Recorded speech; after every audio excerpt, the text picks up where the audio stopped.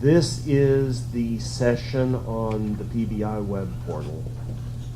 Before we dive in and I start explaining the portal to you and what it does and how it works and that kind of thing, let me give you kind of a very brief and basic overview of the setup of the Kemp's Prime system. For those of you that are staff people, you know you go into the web portal and you start Kemp's Prime. What you're using is a staff interface to a database, okay? So all that really means is that you've got a program running that gets you access to the data or the information that's in a server that hosts your data for you. So as we're looking at this, keep in mind as a staff person, how you interact with the data is going to be different from how the PBI attorneys on the outside interact with the data. And that is the point of the PBI web portal, is to give your attorneys that volunteer for you on the outside, give them the ability to interact with the same data that you have within Kemp's Prime, okay?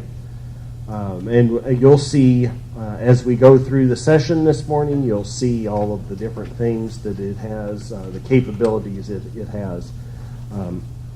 That being said, what we're going to go through this morning in the next hour is also can be found online. If you go to the the online users manual at prime16.kempscaseworks.com, you'll be able to find the same information and even more. Again, we're kind of time constrained in our different sessions this morning, but you'll be able to find even more information than what we're going to be giving you this morning. The paper you picked up before you came in the room, hopefully you picked that up on your way in, is a very brief outline. What I wanted to do in that outline was to give you kind of a very basic, very generic, but explicit list of what needs to be done in different events and how things are going to occur as you interact with the system. So no pictures in your outline, just so you've got an outline of what you'll be doing in the system, but we'll be looking at that in specific as we go through this morning's session. So let's start first off with some setup information. Generally, the setup only has to be done once when the web portal is set up. If you need assistance with that, feel free to let me know. I can help you to a limited extent. Generally, once we get you set up, those settings don't really need to change and aren't going to do a whole lot. One of the things that I really can't do a whole lot for you is in terms of the setup of the email settings. The system does use an email account in order to send out notices of what's going on the website. Because if an attorney comes through and let's say he accepts a case or does something on a case, it doesn't do any of us any good if we don't know that that's been done on the website.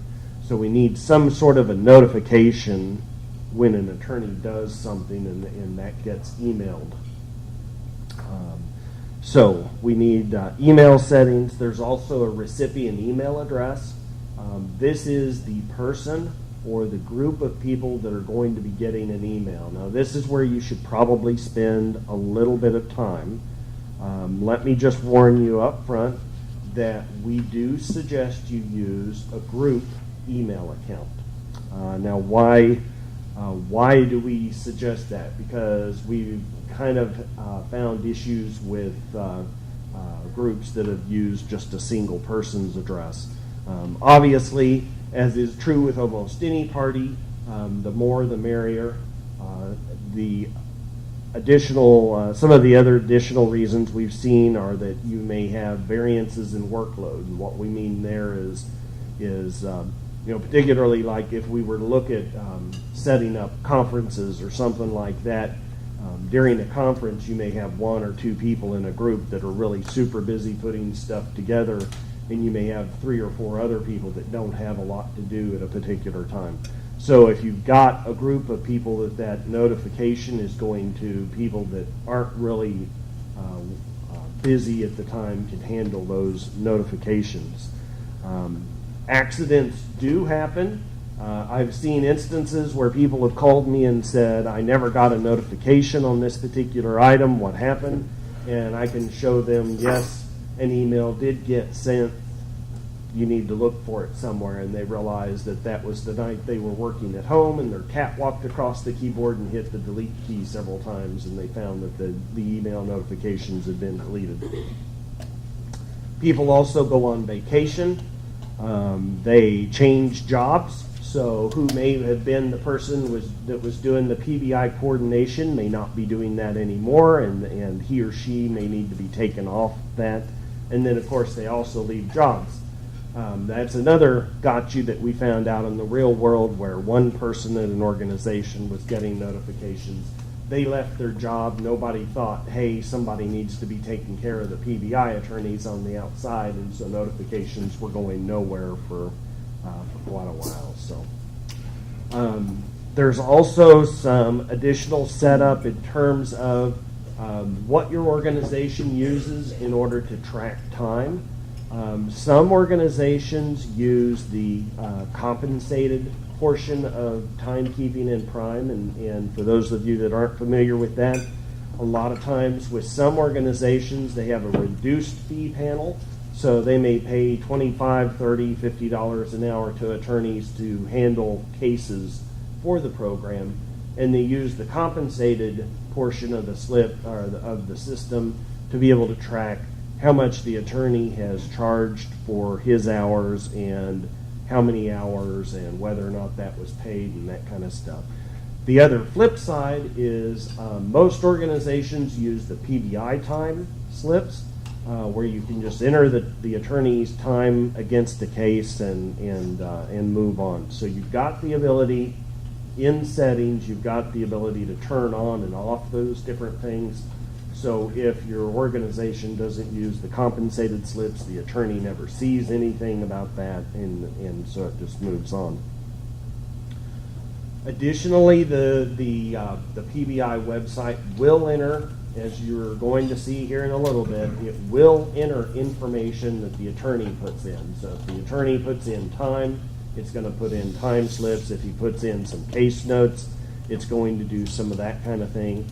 And in order to track those kind of entries, it uses a special staff number and a special office number.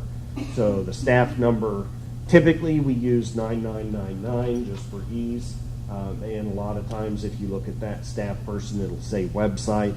And we may also use an office number of 9999 just to let you know that that's come in over the web. So settings we've looked at. If you want case activities like time entries, note entries to be stored and in the case notes, then whenever an attorney comes in and does anything, an entry will also be made in the case note. That's just an additional tracking feature. We talked about the staff number. So that's just setup. Again, that's typically handled by probably your IT or your administrator for your program. But I just wanted to cover that very briefly to just kind of give you an introduction to some of the setup items and the reason those are there. Let's look now at registration in the PBI website. There are two primary types of registration. The first is for new attorneys. These are attorneys that are not listed in your lawyers panel and that have not had anything to do with your program before. So these could be people like new attorneys that have just graduated from law school and just newly licensed. It could be attorneys that have moved in from out of state. It could also be attorneys that just have never done anything for you and have decided, yeah, I'm gonna go ahead and help them. The other is the actual website registration. That is for attorneys that are already on your panel, but that have not yet established a username and password and those kind of things to use with the website. This is the login screen from the PBI panel. For those of you at the back of the room, that's as big as I could get the projector and the image. So the new attorneys are going to go down and use the if you're an attorney who would like to help us link. That is going to get them to a basic page where they can fill out their name, their law firm, their address, their telephone number, their bar number, date they joined the bar, and that kind of information. And they can submit that online, and that gets put into your database. Now, again, you're going to get a notification that looks like what you see up on the screen. It's going to tell you an attorney has registered on the website, and that's a new registration. When you get that, all you've got to do within Prime itself is go into search and PBI and the lawyer's web registration, and that will get you into the portion of the computer or of the Prime system that will allow you to find those new registrations. Now, the parts of Prime that I'm going to be showing you this morning deal specifically with dealing with the PBI web portal, but all of the pages are going to be the same kind of things that you're familiar with within the Prime system. So here you see a search screen. It's going to operate just like every other search screen. So if you're familiar with looking up clients or familiar with looking up agencies or lawyers or those kind of things, search screen is going to be the exact same thing.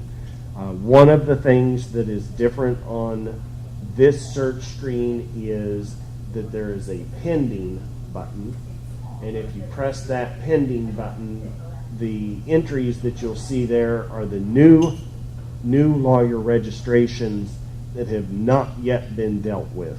So in other words, it's something new that's come in and you've not made a decision to either ignore it or to pull it over into the system.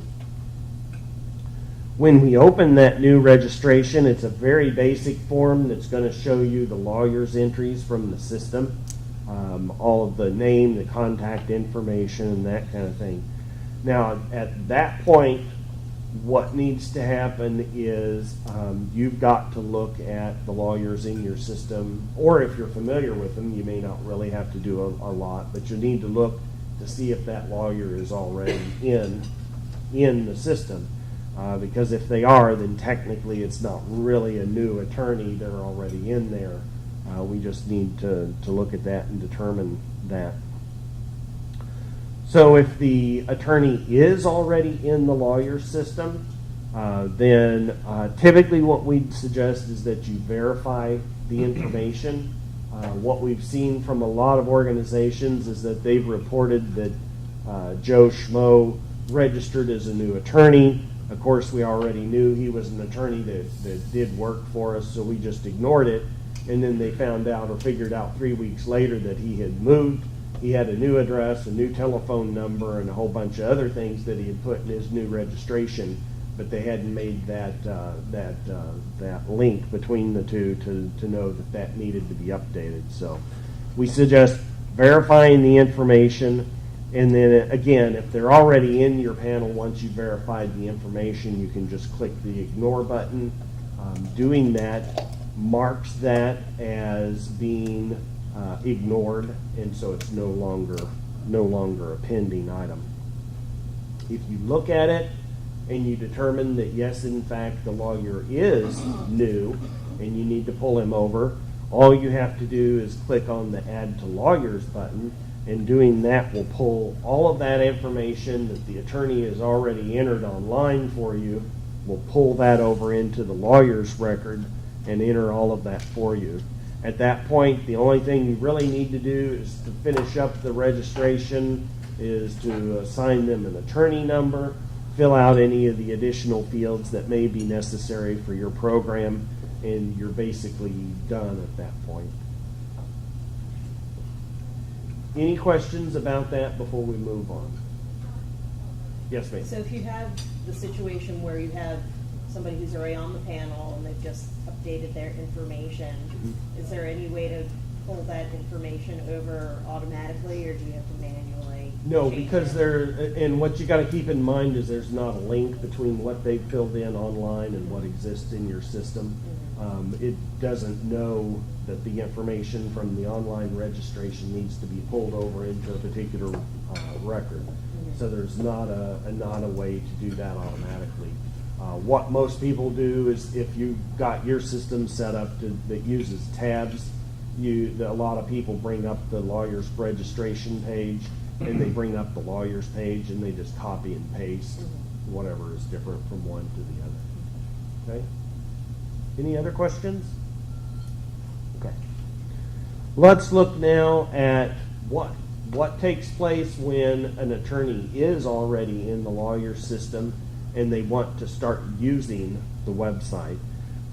So to use the website, what we've got to do is one of two things. Either we've got to give them some pieces of information so they can go in and register and we know who they are, or we have to set up those pieces of information for them. If we think of providing them with enough information that our system is going to know who they are whenever it goes to set up their username, think of this in terms of like what a bank might send you. If you were going to set up something new with a bank, they'd probably say, here's your account number, and use the last 4 digits of your social security number and maybe one other thing like date of birth, something like that. So when you went online to that bank's website and you were creating your new username and password and that kind of thing, they would use that information that you've provided, the account number, social security number, that kind of stuff. They would use that information to know what accounts you had rights to get to. We do the same thing within the PBI portal. The information that we use is the attorney number and then how their first and last name is entered in the system. And we can keep in mind a lot of this can change depending on what organizations decide they want to do. But what we found is a lot of times the attorney number and first and last name is entered tends to be pretty good. And we tell people specifically, because we've run into it on a couple of occasions where we've had a Robert in the system, and he was trying to register using Robert, and what we found was Rob is what was actually in the lawyer's record. So it has to be exactly what's in your system for them to be able to use that. So we give them those 3 pieces of information, and they take that in order to verify their account in the system. Now, back on the logon page, they would click on the link that they don't have a username, but that they are in the system. And what that does then is that asks them those pieces of information, and it verifies that that is actually in your system. Once it's verified, then they have the opportunity to come in and to choose their own username and a password and a security question and answer. And what you'll see in a little bit, the security question and answer is a lot of times just the exact same thing you've seen on websites before. If you've forgotten your password or something like that, it asks you the question, you give it the answer. If it's correct, then it does something in response. So once they fill in that information within the lawyer's entry in Prime, and that's what you're seeing here, there is a tab completely over on the right that's called PBI Portal Registration. And this is where their information will appear once they've registered online. So it will show their username, it will show their question and their answer. The password is just stars here, so you won't be able to read it, but you can reset it if you need to.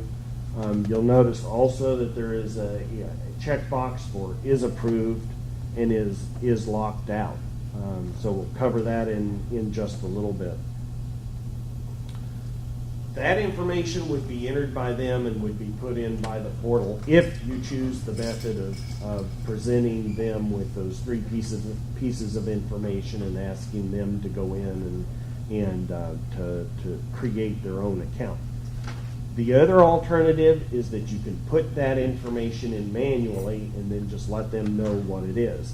So you could create their own username and their password and the question and the answer, and you could check the is approved box. In doing that, if you provided that information to them, then they could go in and use that. So that's the equivalent of the bank handing you a piece of paper going, here's your username and password and all this other information. We don't know of very many organizations that choose to go this route just because they'd rather let the attorneys on the outside create their own username and go through all that. So, any questions about that? Question? Yeah. If the attorney's already on your panel and the portal has not, well, we're about to start the portal, they create an account, but we already know they're on the panel. We just create a username and a password. And then we just verify within our system. And there it's set, or is there like other steps? Okay, so the question, let me rephrase the question, make sure I understand. Okay, so you've already got an attorney who's on your panel. He or she has already been doing work for you. You've worked with them for years. You're getting ready to start using the portal, and what needs to happen in order for them to do that. So again, the only thing you would really need to provide them is their attorney number, their name in the system, so the first and last name. Okay? Then they're going to go to the website and use that information, and once it verifies that, it will ask them, what username do you want to use, what password do you want to use, what security question answer, and that kind of thing. So it'll enter all that information for them then once they do that. Okay? Any other questions? Okay. Let's look at some of the other things that they can do if they're at the plain login screen. So the login screen, we've already looked at the attorney that has never done anything for us in the past but wants to help us out so they can register to be on our panel. We've looked at the second thing, which is the attorney is on our panel and they want to use the website. The other thing that's available to them on the logon page is they've forgotten their password. So they've been through the registration process, they've had their username, they've had their password. Now what do they do if they've forgotten that? Well, they click the forgotten password link, and what that does is it will ask them what's your username and what's your security answer, your security answer. And if it verifies that information, then it will email them their password so that then they can use that to get into the system. Finally, the most exciting thing they can do is they can actually log on to the portal. They use their username, the password, and they get logged into the system. One of the things that we get asked quite frequently is what happens if an attorney is leaving or there has been some issue with the attorney and we want to prevent them from logging on in the future. Okay, so we have a problem attorney. I don't know, a couple years ago in Missouri there was an attorney that got into a little bit of trouble to the tune of several $1 million with his trust account, and it was actually related to some of the cases that were being handled by one of the legal aids in Missouri, and the program wanted to shut that down so that they couldn't get into the portal. And so that question comes up: what happens? What do we need to do in order to prevent an attorney from logging in? Now, when they initially register to use the website, they're marked as being approved to use the website. In theory, hopefully, it's pretty clear that in theory, if you've provided them with their attorney number and their name in order to register to use the website, you have in essence approved them at that point to go in and do that. So when they register, they're marked as being approved. On the PBI portal registration page within the lawyer's record, one of the things that you can do to prevent them from logging on in the future is to take out the check mark from is approved. Another thing you can do is you can put a check mark in the is locked out box, and that will effectively lock them out of the system. Some of the other things that you could do is you could change their password. So obviously, if you change their password, they don't know it, then they can't get back in. They could always click the forgotten link and get it that way. And then finally, you could also change their username. So, if their username online was Joe Schmo and you change that to not approved or something like that, it's not going to work for them any longer. So you've got the ability later on to lock them out if you do need to. Yes, ma'am. I'm just kind of thinking ahead. What if you have lawyers in different capacities? For example, you have one lawyer who's been handling cases, but maybe there's an issue with his bar status, and so you might want to lock him out. But on the other hand, that person might continue in other capacities as a volunteer, like other events where they're not handling cases, but they're doing other events. Okay, so Would we want to lock them out then, where they might want to go in and enter their service hours that they're devoting, but not necessarily going into a case to enter notes on a particular client? Okay, so for those of you at the back of the room, let me repeat this question just so we're all on the same page. So the question is if we've got an attorney that works in different capacities for the organization in both cases and non-case work, if something happens that we need to effectively keep him out of the case side of things, do we want to do that through the is approved method, or is there something else that we would need to do? So the PBI portal itself is pretty strictly locked to the case side of things. So when you go to add time, it's always on particular cases. So in that instance, if you lock them out of the PBI portal, you're only locking them out of the ability to look at their cases and to add time to those cases and to add case notes and that kind of thing. At this point, in Louisiana, the PBI portal does not allow time entry outside of those cases.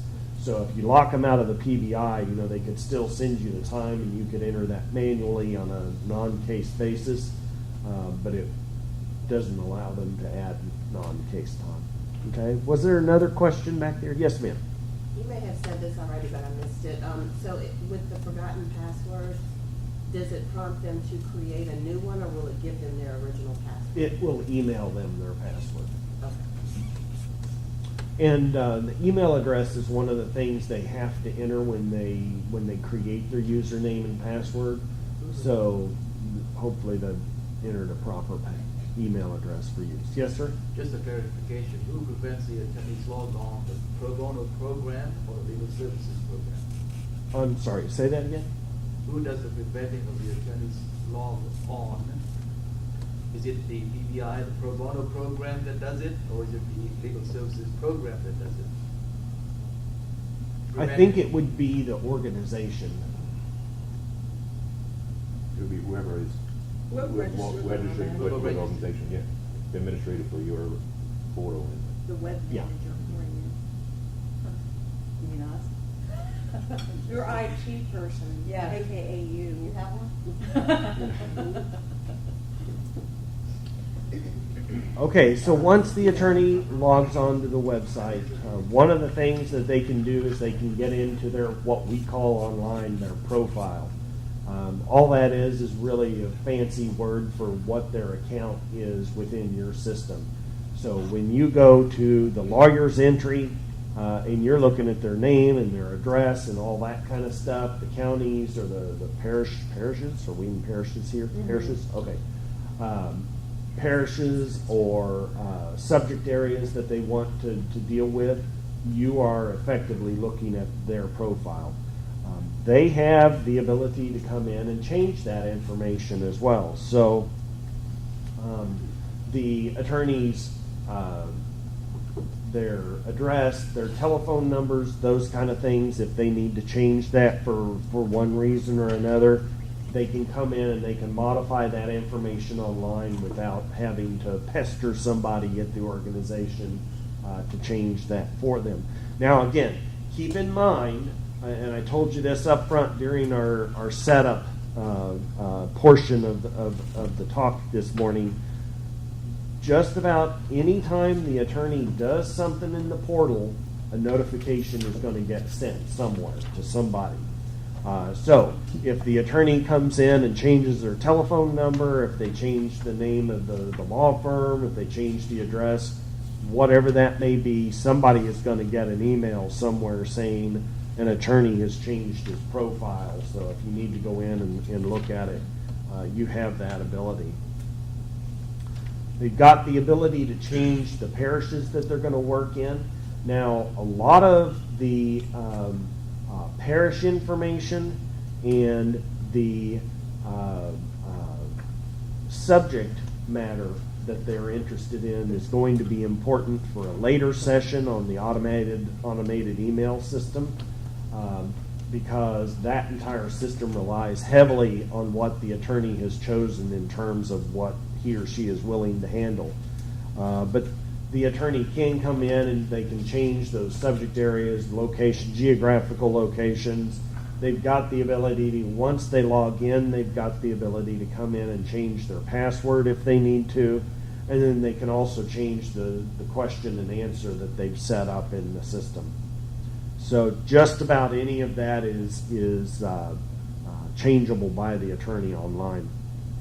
And I think that's one of the things, and I don't know that I said this earlier, I think that's one of the reasons for the PBI portal is that it's meant as much as possible to save time and energy on staff's part and to put that on somebody else, so to speak. It's a terrible thing to say, but that's really what we're doing, is somebody else is going in and modifying that for us. And I think really it saves as much time for the attorney if they can go in and just do it themselves and be done with it. The last thing before we actually get in and we look at case management and what a lot of the different things as staff you're going to be handling and dealing with, last thing we want to look at is their work summary. Now, I don't know if Louisiana is one of the states that requires attorneys to report their pro bono hours. Is it? It's voluntary. It's voluntary? Okay. There are some states that it's a mandatory thing. As an attorney, you're required to do so many hours every year, and you have to turn in, just like your CLE credits. You got to do your whole report and turn all that in. The attorneys get to, or have to, turn in that information to the state saying, I did so many hours of pro bono work. What we do in the work summary is that's just a very simple and quick report for them. So they can come in, they can put in a beginning date and an ending date. So if you're like Missouri, it's 6 months off. You run from July 1st to June 30th for the CLE year.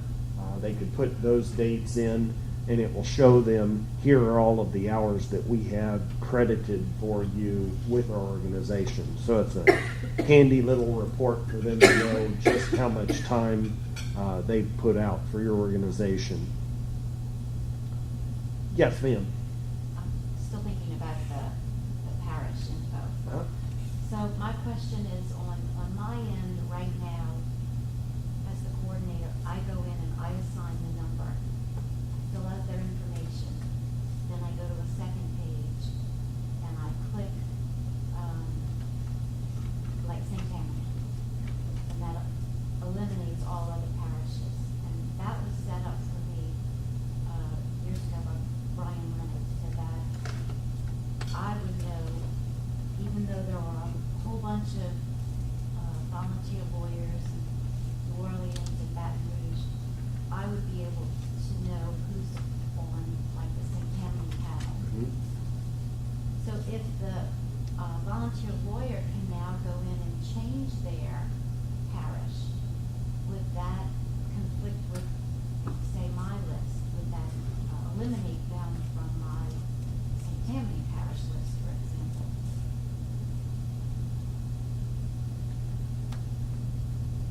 Yes and no. Because it's dealing with that same information, it would depend probably on what the attorney did. And it may also be that for your organization, depending on how you operate, the ability to change the parish that they will work in may be something that you guys may want to look at disabling, so that they couldn't change that. You probably would want to look at how your organization uses that part of the system. So for right now, we're still assigning them a number. They're not assigning themselves a number. Right. The attorney number is something that you do, yeah. And that's what we've been asked on a couple of instances to make that an automated process. For those of you that may not be totally familiar with the lawyer process, there is, unlike working with cases where you click the automatic case number and it enters it for you and you move on with life and everything is great, in the lawyer section, you can actually assign what's called an attorney number. Now, let me just be upfront with you, that's a little bit of a misnomer because you can use string characters, you can use letters in there, and so you're outside the technical realm of numbers. And the reason that we have not automated that is because every organization likes to do something totally different with their attorney numbers. So, for example, organizations I know of in Virginia like to make the attorney number the attorney's actual bar number. And so it makes it easy for them when they go to do reports. They have to report on their attorneys. They do it by attorney number. The attorney number is the bar number, and everybody is happy because everything is even across the board. Other organizations like the attorney number to be something that they can look at and they know what attorney they're dealing with. So if I told you we were dealing with attorney 781, would anybody here know who I was talking about? Probably not, unless you've got a really good memory, or 781 is constantly a thorn in your side or something like that. It's not likely, and so some organizations have chosen to use an attorney number that is so many characters of the last name and so many characters of the first name together, so that when they look at that, they get a pretty good idea that it's Joe Schmo when they look at the attorney number. So attorney numbers we make you do manually because your guys' use across the different programs is as varied as is possible to imagine. I have seen everything you can conceive of in terms of the attorney number. So that is a manual process. We don't like to automate it just because there are too many organizations working in too many different directions for us to really put something together. Yeah. Is it possible to automate it? For example, like right now, all of St. Tammany attorney numbers are 050-231, 050-232. But then there are other parishes like Tangipahoa. Right now, they're still, I guess, being assigned a 050 number. But what if the organization wanted to designate a parish and we wanted to change 050 to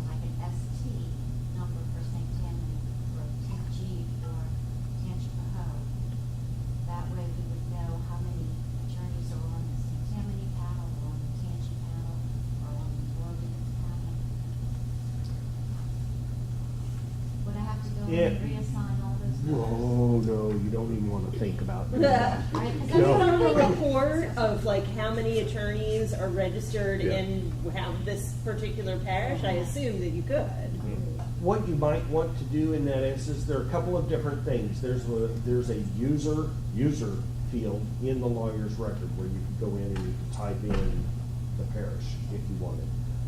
The other thing that would be pretty easy is just add a field in the lawyer record, drop down with the different counties. There's their primary county, and you're done.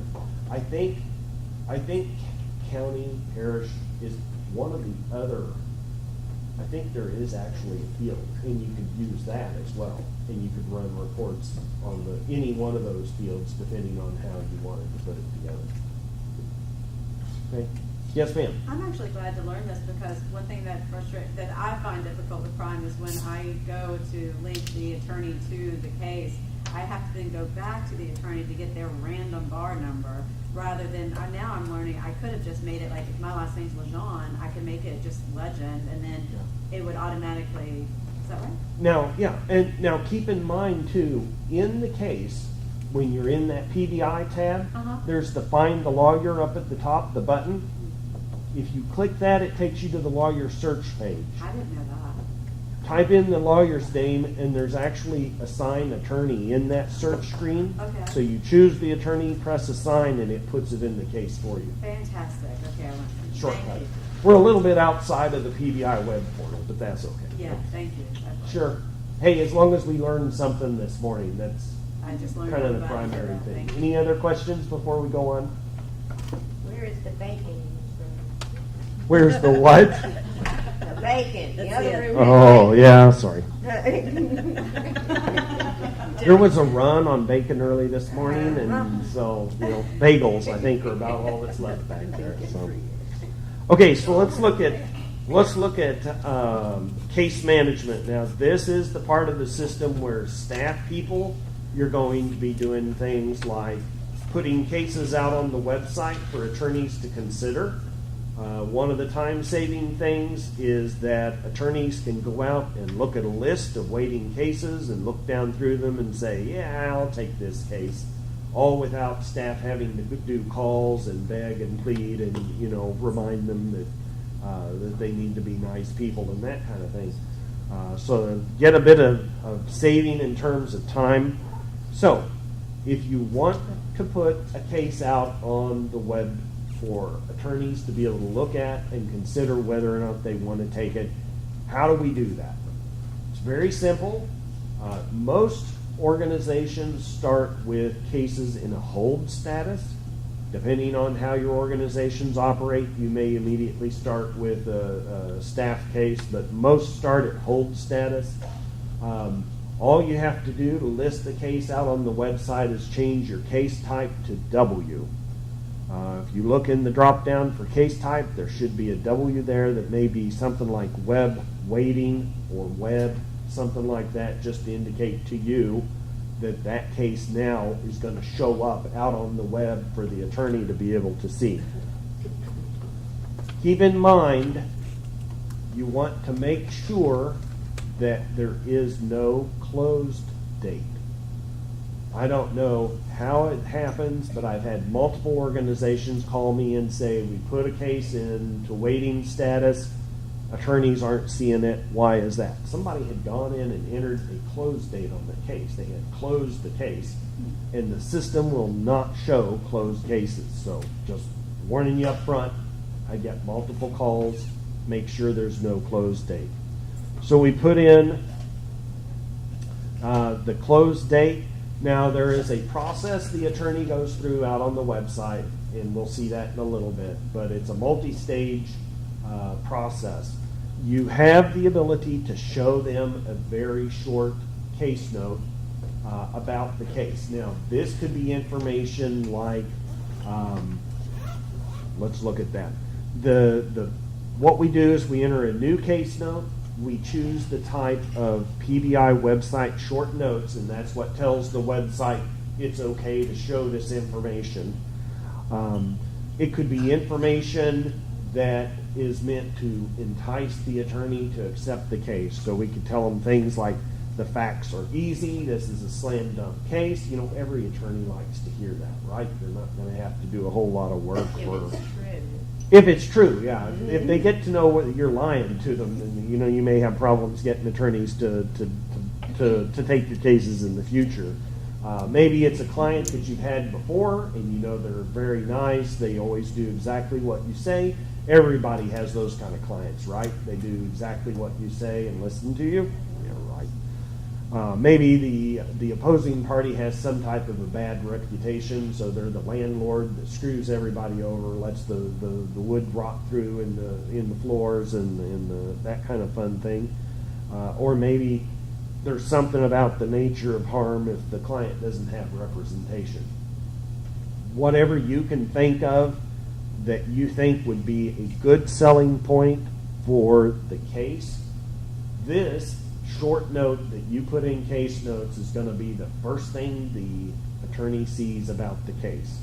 So put in as much or as little as you want here. You can ignore this as well. You don't have to put in a short note. It's just there as sort of a selling point to the attorney to try to get them to take your case. Now, if we flip a little bit, we've changed our case type and we've put our note or we've ignored our note, one of the two things. The attorney now is out on the website and he or she goes to the waiting cases menu and clicks on it. They now get to see a list of cases that are in your system that are awaiting assignment, right? Now, typically, this list is going to be limited or filtered based on their preferences. Remember, we talked, their preferences are parish and subject areas. So their list of possible cases are going to be filtered based on what those have been set to. All they have to do is, and you'll see as you see, it shows the issue and the problem of the parish is in. They can click the select button next to that. They get, if I had entered the short notes, you would see those notes here about this is a sad case, the client is nice, we need help, please help us, those kind of things. So step one for the attorney is those short notes that you put in to sell this case to them. If they like what they see, step two is they get to do conflict checking, right? Because they're not a staff person for you. You checking conflicts is not going to do them a lot of good unless you know all of their possible cases from the past. So what we do here is we give them the client name, we give them the adverse party names, we leave it up to them to go out to their own conflict checking system, check that, make sure things look good. If it still looks good and they want to proceed, they go to step 3, where we give them specific client information so they can do any final checks that they need to. So maybe our Emerson Thomas that we put down, they realize is actually Rob Thomas, and based on the address, they realize, yeah, I do have a conflict with this. So we give them more information at phase 3. Now, at any part of this, at phase 1, 2, or 3, they can choose to cancel and not consider it any further. If they move through to phase 3, the final option they have here is actually to accept the case. Now, yes, ma'am. That personal information that they see, they aren't seeing eligibility page. No. The information that we get, okay, so the PBI system is set up to be very limited in what it will show. The attorney can only see limited information on waiting cases. They can only see limited information on their actual cases that are assigned. At no point do we ever show them anything outside of the client record, so they'll never see the eligibility information or any of that. All of that is separate. Likewise, like with the short note, where I told you it's got to have that type, the case note has to have the type of PBI website short note. The system will actually go in and look for very explicitly entered information that it can show in the website. Otherwise, normal case notes and that kind of stuff, the attorney will never ever see. It's got to be something explicit. Somebody's gone in and chosen, show this, before the attorney will see that. So no, it's the information is as you see here: name, address, telephone number, and then that's it. So, any other questions before we go on? Well, I just want Yes. to clarify that the attorney will never be able to get into our prime. This is the only thing they're going to see. Right. Yeah. So they won't see Yeah. any of the other This stuff. is, yeah, if you look at it in terms of the database is the interstate highway, you're driving the 18-wheeler truck down the highway, and they're in the little Toyota Sienna over here. They've got a very limited view and a very limited interaction with your information. So, other questions? Yep. Who puts in this ABC information? The intake attorney, ABC information. parish case type, conflict with You. the. Oh, no, that's information that actually comes from the client record. So when you enter the client name and the address and all that in the client information, we're pulling it from the same place. So any of the conflict, any of the adverse parties that you put in the client record is what it's going to show to the attorney as adverse parties. Okay? Okay. All right, so the attorney has accepted the case. What happens?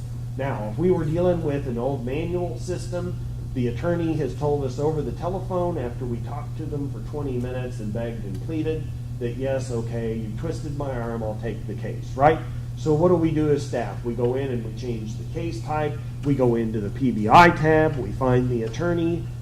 We assign them to the case. We do all of our internal paperwork and all of our other assignment information that we would normally do, and we finally get it to the attorney. What's nice about them going into the PBI website and accepting the case online is most of that stuff is done for you. So the case is moved to the attorney's list. An email is sent to you to notify you that the attorney has accepted this case. The case type is changed to PBI for you. The PBI record is created automatically for the attorney, and that information is entered in the case. So if you go to the PBI tab for that case and look, that attorney is going to show up as being assigned to that case. Now, what does that mean for us in terms of what we still have to do? Now, there's probably additional stuff for program policies that needs to be done, things like generating retainer agreements, any of those other kind of things that need to be done. Keep in mind, when I say generating retainer agreements and that kind of stuff, we're going to see in a little bit, they have the ability to download documents online. So I'm going to give you some little tips of what I've seen from some other organizations in terms of documentation that needs to be done. So that email that you get that says the attorney has done this should hopefully be a prompt for staff to do any follow-up stuff that needs to be done to get the case completely ready and go. So the attorney, if he wants to look then at his open case list, he just goes to the case list, clicks the open cases, and gets a list of cases that are assigned to him. Now, keep in mind, as I told you before, even with waiting cases, if it's closed, the system is not going to show it. Once a case is closed, it's a done deal. They can't get to it again after that point.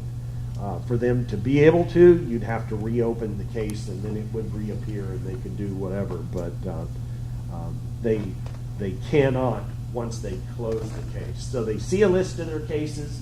If they want to do something within the case, they just choose the select button, and what you see is the resulting list of things that they can do. So they can get the basic case information. If they click on case information, again, they get the contact information, they get the conflict information, and that's it. Again, that's the only thing they're going to get out of the system in terms of data that's been entered for that particular client. They have the ability to use the document system, so they can upload documents to you. They can download documents from you. Now, why I say this can be important is this can be another time-saving thing. Remember, we talked about the standard list or stack of paperwork that you may have to generate whenever you open a case. So retainer agreements, attorney agreements, fact statements, all of those kind of fun things. What I've seen organizations do to save themselves time and attorneys time is they generate those in PDF format and put it in document tracking so that the attorney can just download it, sign all of it, scan it back in, and then upload it back to you.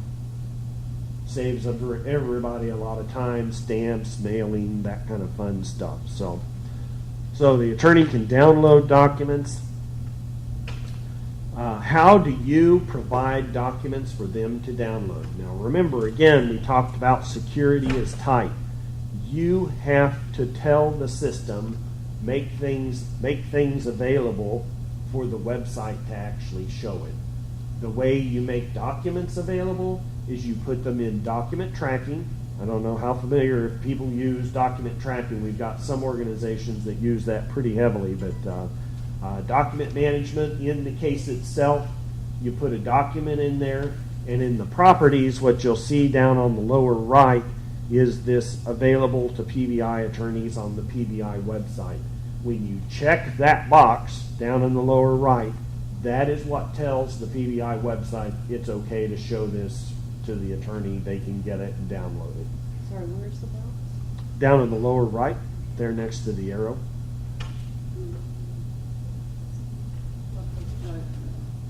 Oh, Is it cut off? sorry. There you go. Oh, that's fun. What I'm seeing is totally.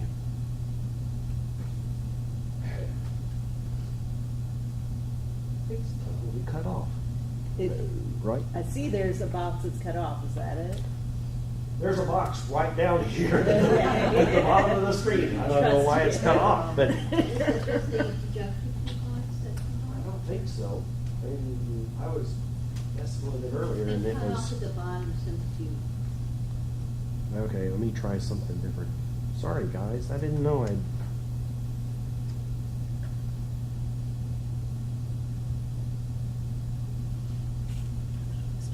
See, here I am up here talking like I'm brilliant, and I'm looking like an idiot the whole time. That was the first thing I didn't see, so. That's just the story of my life right there.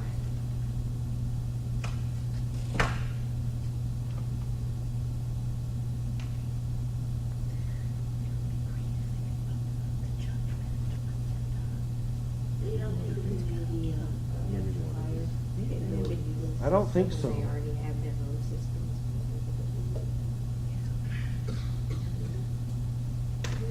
It don't matter how savvy they are. I mean, if they're big, but you know, we have attorneys who like can't scan.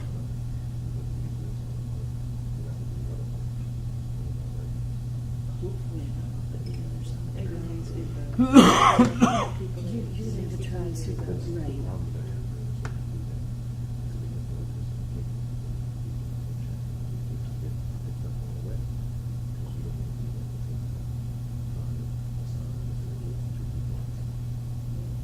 Well, that's a question. You just take it. That's no better.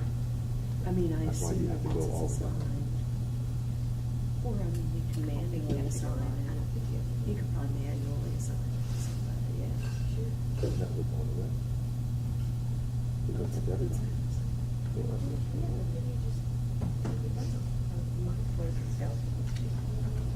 No, it does. James, It does. can you talk while you're Yes, doing that? while I'm trying to figure this out. yes. Okay, so we're debating here, if we, if somebody takes a case, does that then, remove it from the, Yes. the web listing? Yes. So that nobody else can pick it up? Yes. And that you can't manually assign it to somebody else?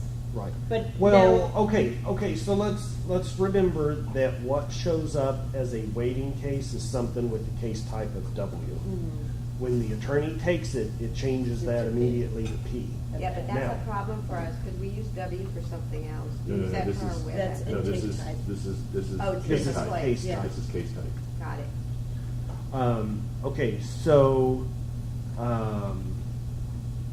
The question was, so if you don't go all or nothing with this, and if you continue to use phone solicitation for cases at the same time you're doing web, then you have a problem because you have to constantly checking the cases that are available versus, you know, what's been taken, because you know, that could be automatic on the web, where it's gonna be manual, if you could be doing it on the phone.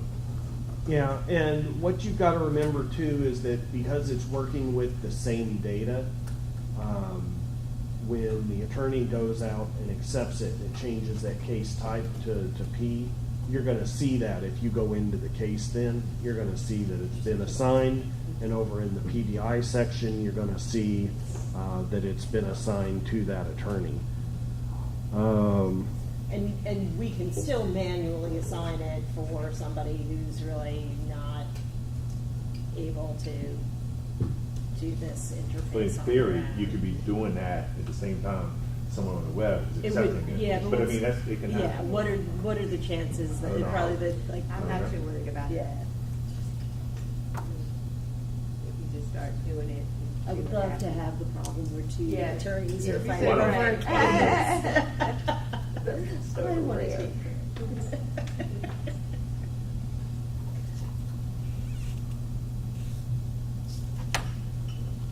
Let's see if this will help. It still cuts off. That is I just see it there. amazing. We go back to that lab where you just were, right before. Let's see if I think can saw it. change one more. Can you just pull up Prime and show us? You have to have the data. Oh, I see. Do this. Prime is a, Test thing. yeah.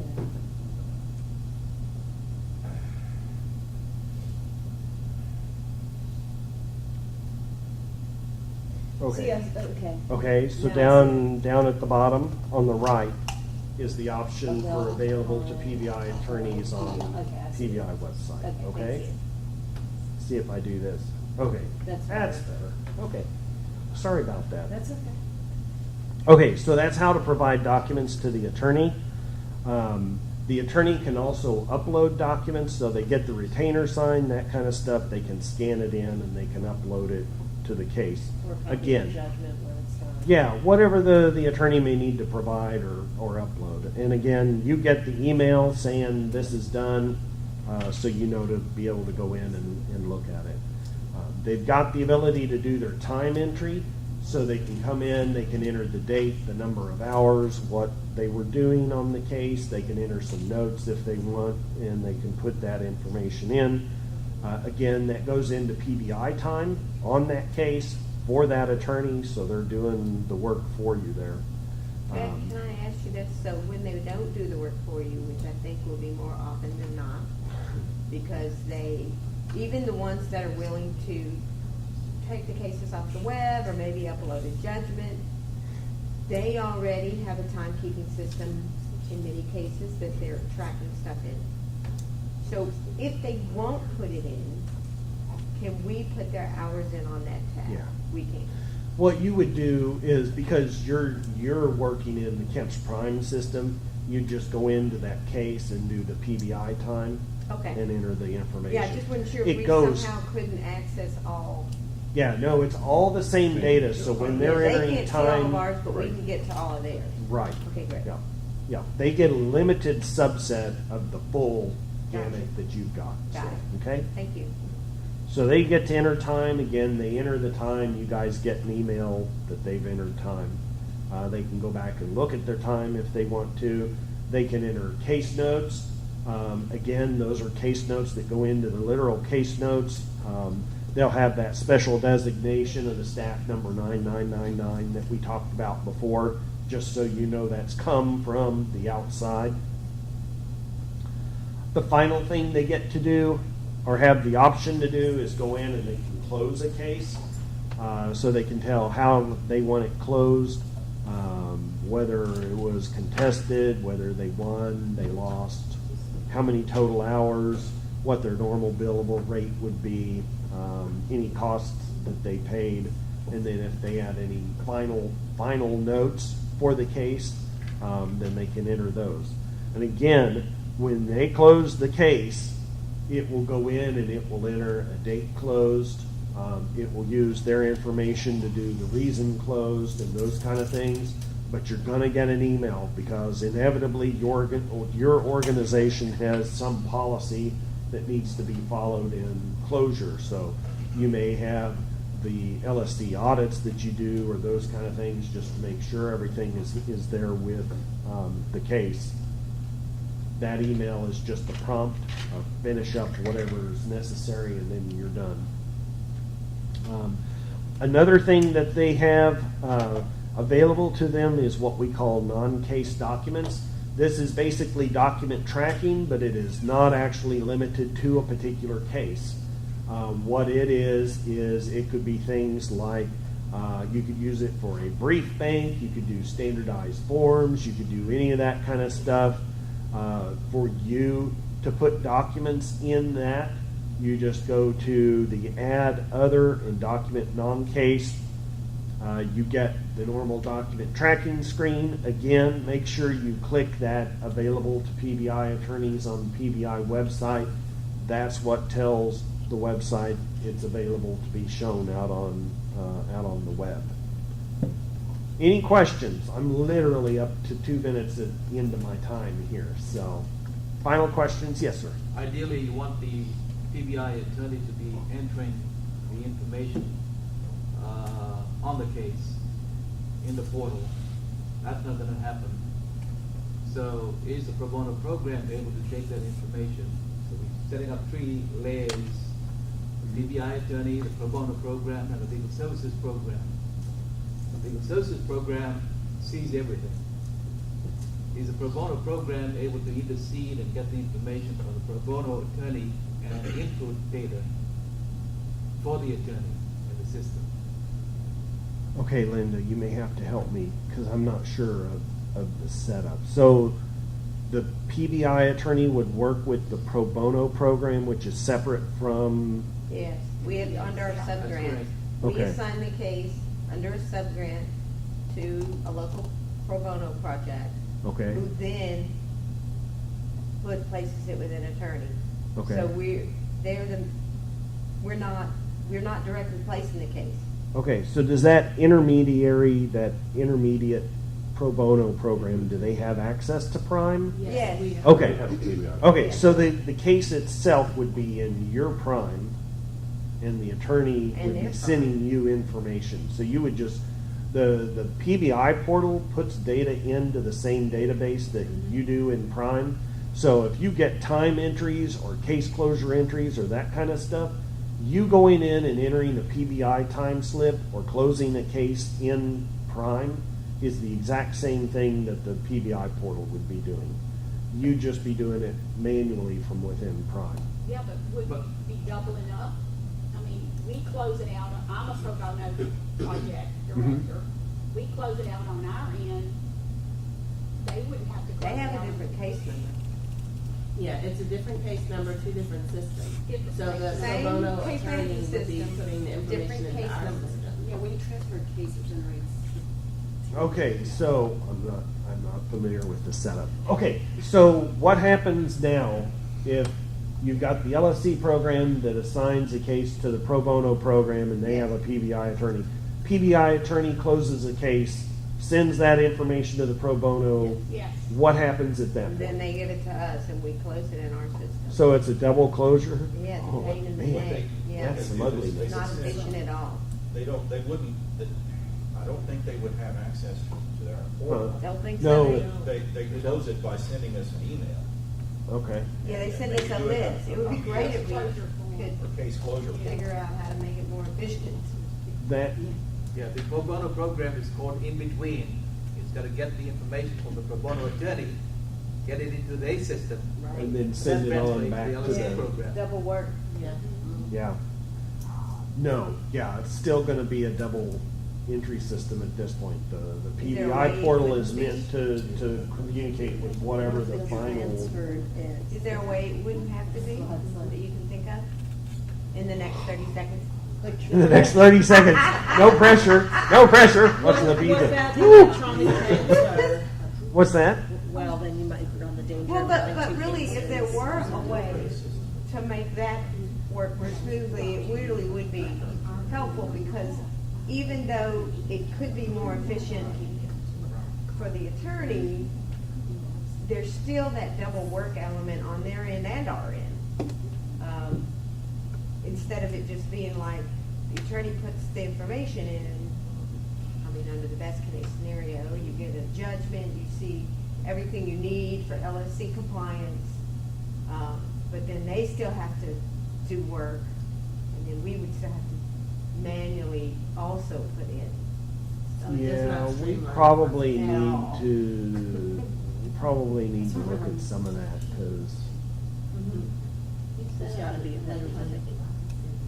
I know you've got the transfer system, yeah. But if you, I was thinking of that, Like, what but if then it- if you transferred the case back when it was done, you'll have two cases, won't you?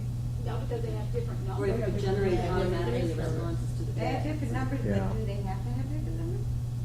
Well, that's how you know it's two Well, differences. to prevent conflicts, yeah. I mean, we don't have it back, right? There's no way to come back after you send it. Can they electronically transfer it back to us? It would assign a different case, just case Okay. number, just like it would Okay, to well, them. we don't run that. I think probably what we need to do It's not, is, they can figure out something. I'm not a tech person, but I know this can be solved, so fix it. yeah, oh, yeah. Sounds like Linda. Those are the emails I get from Linda all the time. Fix it, it's doing this, fix I'm it. saying, okay, so it costs some money, okay? But it's efficient, it's an efficiency. Yeah, it would really be much more helpful. I can see a number of different possibilities, but probably instead of me just spitballing See, there you something, go. I knew there would be a way to fix it. I It's just think haven't probably done it what all. we need to do, Linda, is it might be good to get people together and talk about what all is going on and how, because what I might propose might fix one issue, but if there's 5 or 6 other things going on, there may be a better way to get everything.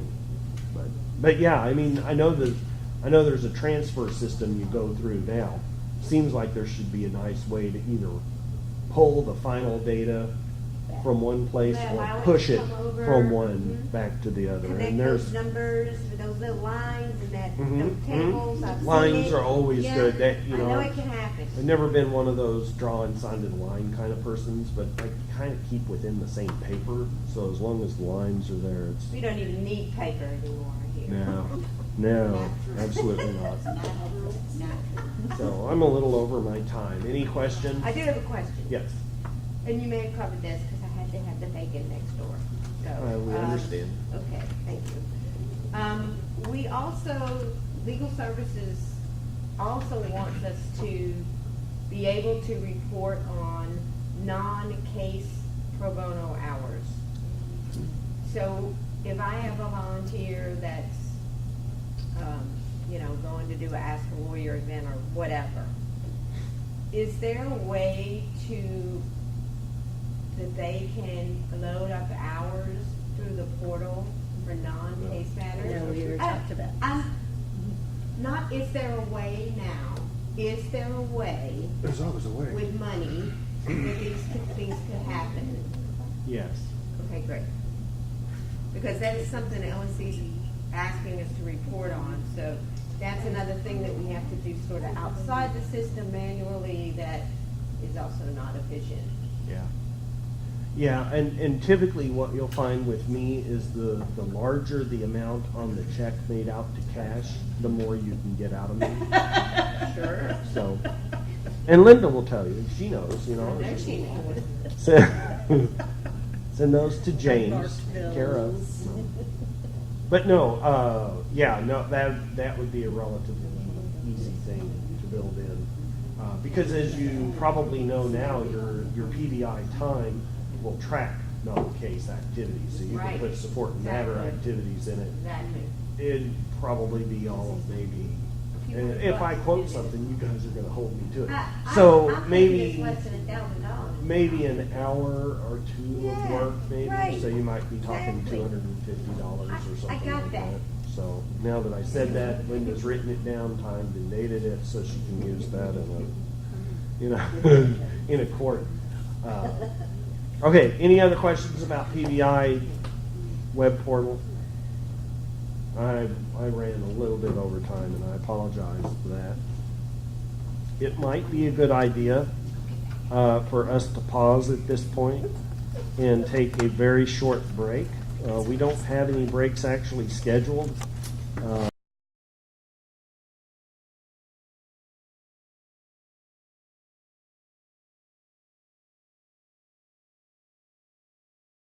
Which is the PBI automatic email and texting. We're going to be going through a couple of different systems. The automatic email system is unrelated to texting, but we wanted to cover both of those very quickly this morning. Now, if you're like most people, you have an 11 o'clock checkout this morning.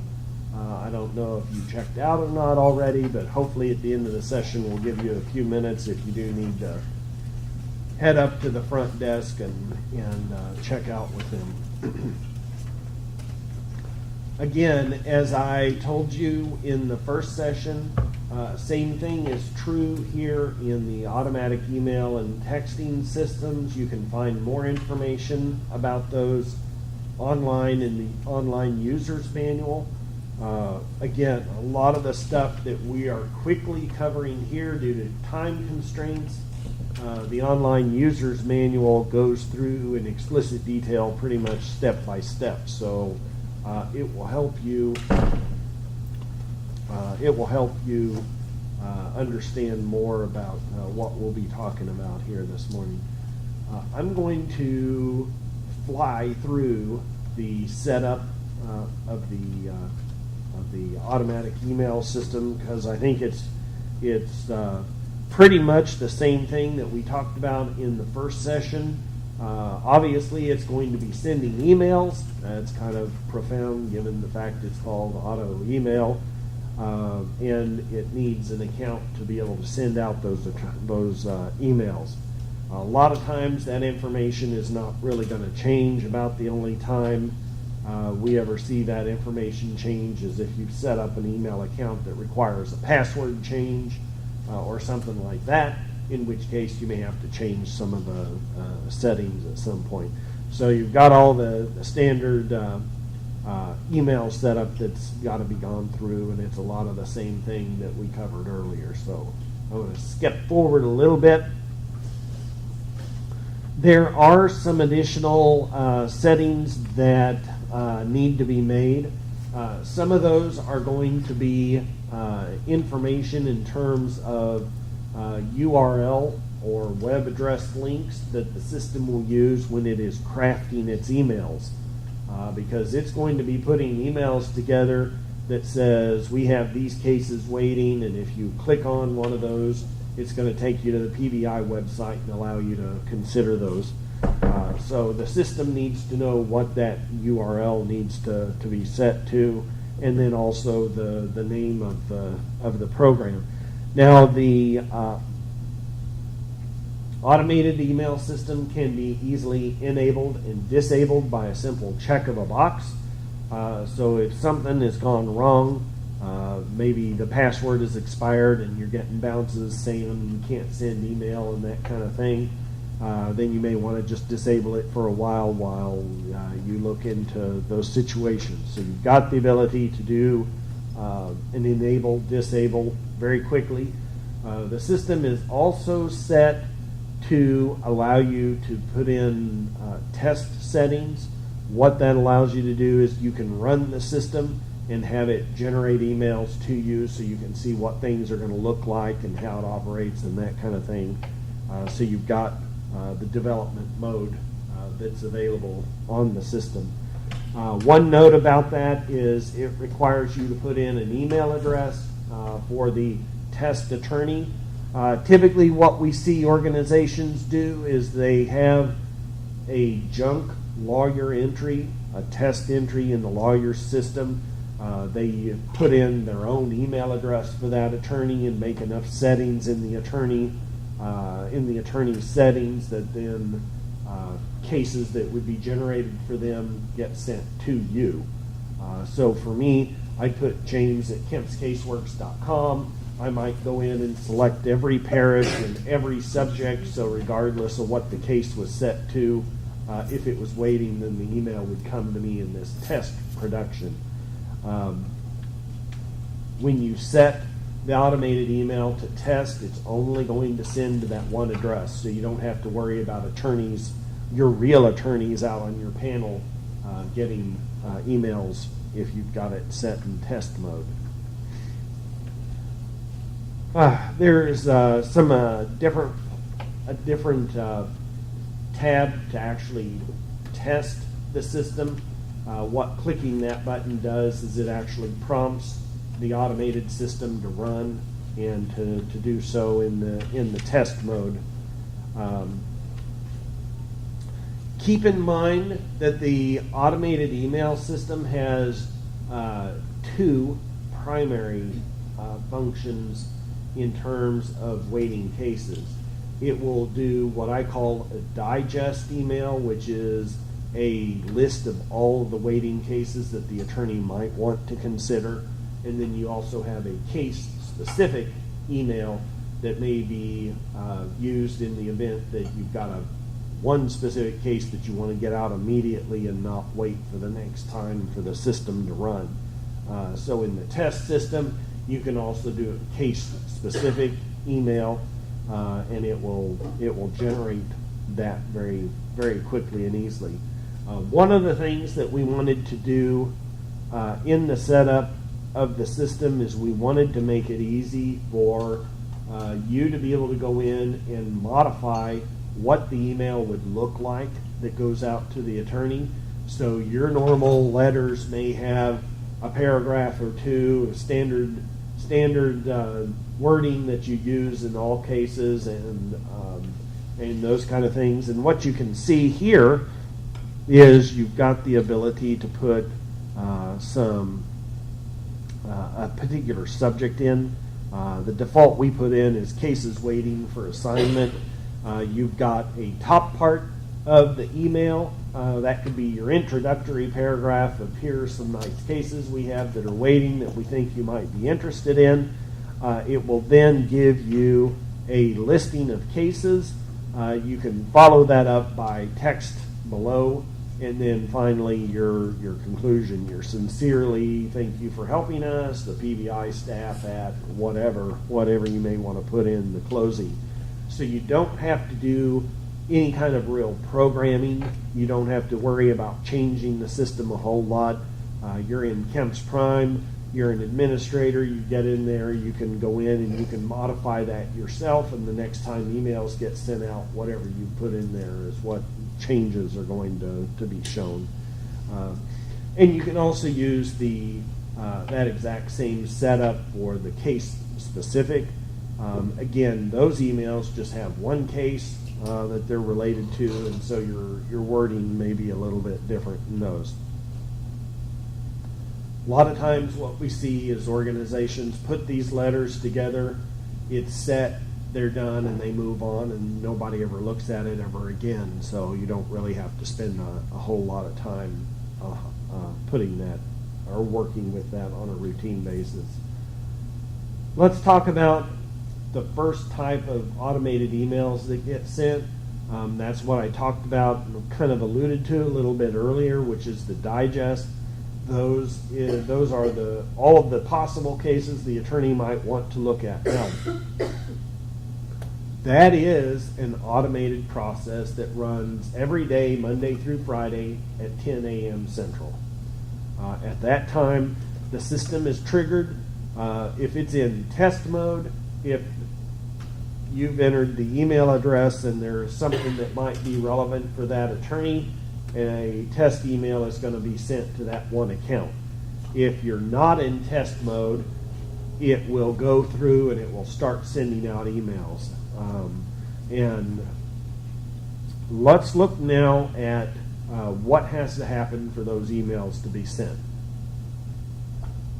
Okay, so like the PBI web portal that we talked about, the case type for the case has to be a W for waiting, web waiting, whatever you may want to call that. It can't have a date closed. Remember we talked about that. The attorney's email address has to be valid. Now, you would be surprised in some of the email addresses I've seen entered for attorneys. Some of them don't even have the @ symbol or .com or .net or .org or anything like that in it. So the system will go in and check to make sure it's a valid email address. So it's got to have something at domain name. If it doesn't have all of that there, it's not going to try to send an email to them. And in respect to that, what we've tried to do is we've tried to kind of limit the bounce back you're going to get for bad email addresses. So just telling you, if an attorney isn't getting emails, you may want to check the email address. The attorney has to have preferred subjects and parishes listed. Again, just like the PBI website, it's going to kind of filter to their preferences. So if you've got, let's say you've got 3,000 cases waiting and you've got an attorney that's only going to be working in one particular parish on a particular subject, he is not going to get a list of all 3,000 cases. He's only going to get the list in his parish with his particular subject. So we don't want, in my own opinion, let me just be frank since I put it together. In my own opinion, if I were an attorney on the outside looking at cases, I wouldn't spend my time if I got a list of 25 different cases that were in counties that I'm not going to drive 4 hours to get to that county, and it's a subject I'd rather die than I would want to deal with. There's no point in sending that to them. That again, if you guys wanted changes to that, we could modify those settings, but at its default, it's a subject and location specific email. Yes. A couple questions. So this sends out emails every single day of cases that are awaiting placement, and it's completely automated so that any cases set to W are included in that list. Yes. As long as they meet the other parameters. Right. Is there any way to manually edit that so you're only sending out certain cases? I guess just change it from W. Yeah, you can take the case out of waiting status. Okay. And as you'll see in a little bit, it runs daily, but it doesn't mean every attorney is going to get an email every day. The attorney you'll see in a little bit, the attorney, and it sets at a default of once a week. The attorney can change that to once a day if they want to get an email every day. It defaults to once a week. They can also set it to once a month. We also have settings where if they know they're going to be on vacation for the next month, they're going to Paris and doing the whole bike tour through France and all that. Good for them. I don't do that. But if they're going to be gone for a month and they don't want to receive emails for a period of time, they can actually set the next email to not start until, December 24th or something like that. So it would hold their emails and not send them anything until it hit that date. They just do that through their regular email settings, and they have to do it through the system. They do it through the PBI settings. Uh-huh. That's one of their profile setting Okay. options, is they've got the ability. Now I'm jumping ahead. Let me hold this until we get to that section, because there's a whole bunch of other things the attorney can do related to that. Number 4 up here is the attorney settings are checked. That's the whole, when do they want to receive the next one, how often, and that kind of thing. We're going to see that in a little bit. Those settings are on that PBI portal registration page that we were looking at earlier this morning with their username, their password, and all that nonsense. What we've got now in the lower section is we've got the date the last email was sent to the attorney, or if set in the future, the next time they want an email to be sent. So that again is their opportunity, or if you come in, if they call you and they say, hey, I'm going to be gone for the next 3 months, don't send me anything, don't contact me, whatever, you can come in and you can put in that information on this page as well. So again, remember, you're dealing with the same set of data. You get to it in one fashion, they get into it through the PBI portal, but it's the same data, so you can change it, they can change it. They have the opportunity to come in and opt out. As you're probably familiar, every place that sends you every reputable place that sends you email gives you that option of do you want to unsubscribe. So if they call, if they go into the PBI portal, they have the ability to opt themselves out of receiving emails. They've also got, as you see, the routine emails will occur, and it's set to weekly here as a default. Daily and monthly are the two other options. So if they just want once a month, then they will only get one once a month, and it keeps track of when the last one was sent, so it will wait an entire month before it will send again. And also, when I talk about it's going to hold emails, it's not, so if our attorney is on that bike ride across Europe and he's going to be gone for the next 4 weeks, and he sets the next time the email is to be sent to December. When emails are sent, it only sends information on waiting cases at that time. So what we wouldn't want to have happen is that we wouldn't want that attorney to get an email in December that showed everything that occurred in the last 2 months. When that email gets sent in December, it's only going to be waiting cases at that time. Finally, they can also opt out of the case-specific emails. We'll talk about those in just a little bit. So they've got the dual option of maybe it's okay for them to receive the case-specific emails that may just happen once a quarter or something like that, but they don't want the routine. We went through all of that. Okay, so the waiting cases email, what does that look like? This is an example of that. We refer to them using the title that's entered for the attorney. So Miss, Mr., Doctor, Your Royal Highness, whatever you have entered in the title for the person is what's used. We have the normal bit that we use from the setup. Remember, we talked about the normal nomenclature you might put in on your letters. And then they get the list of attorneys. No, the attorney gets the list of waiting cases. Next to each case that's waiting is a link. You'll see that, the click here that appears next to the case. They're given the type, which would be problem code. They're given the location.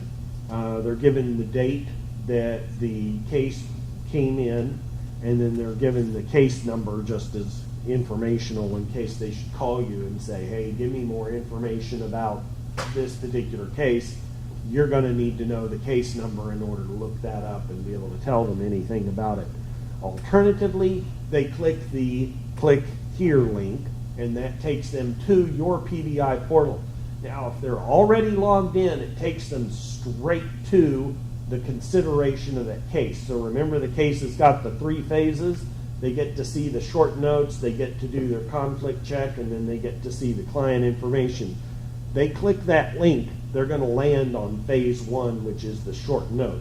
So that's your sell point there to try to get them to take the case.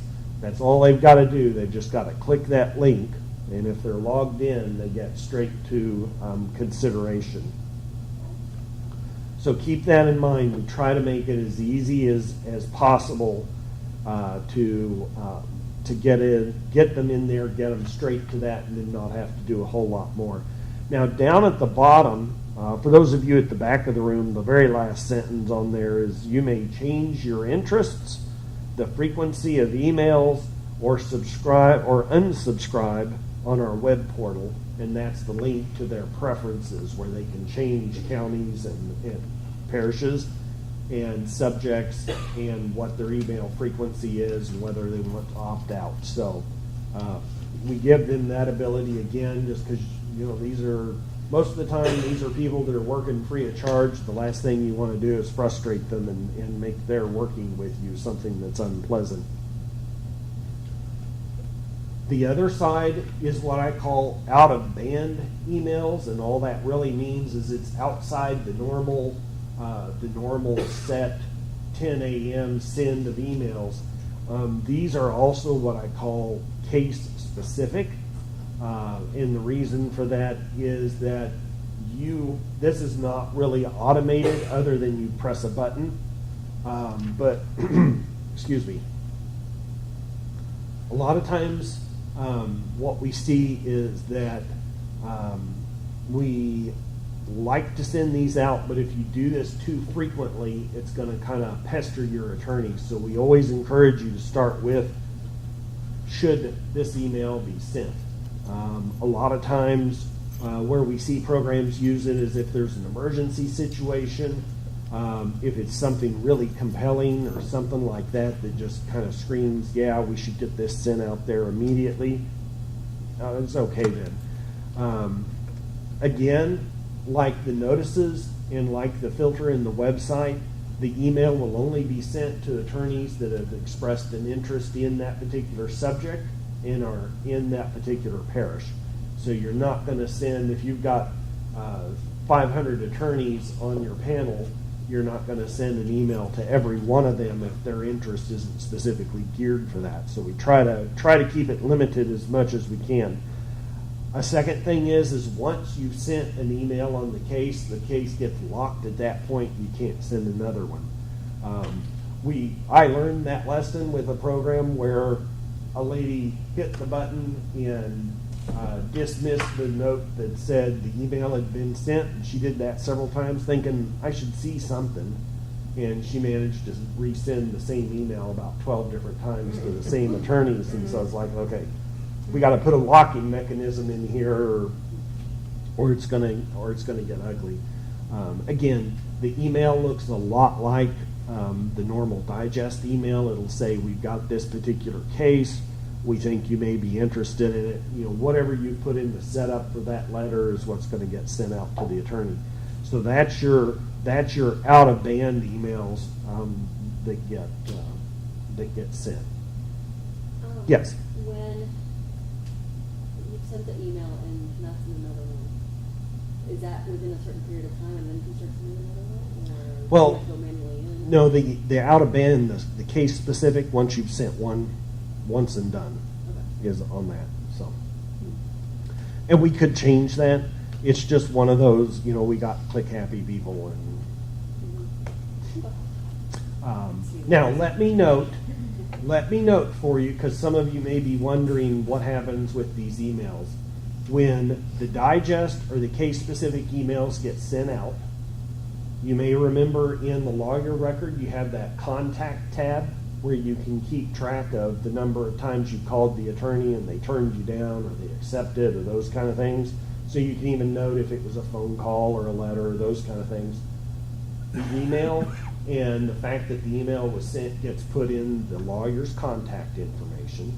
So if you want to know what emails have been sent to the attorney, you can go in and you can look at the contact. The email itself is also saved with the case. So if you wanted to know what emails have been sent out that, hey, this is a waiting case, you can go into the case's emails and look at it there.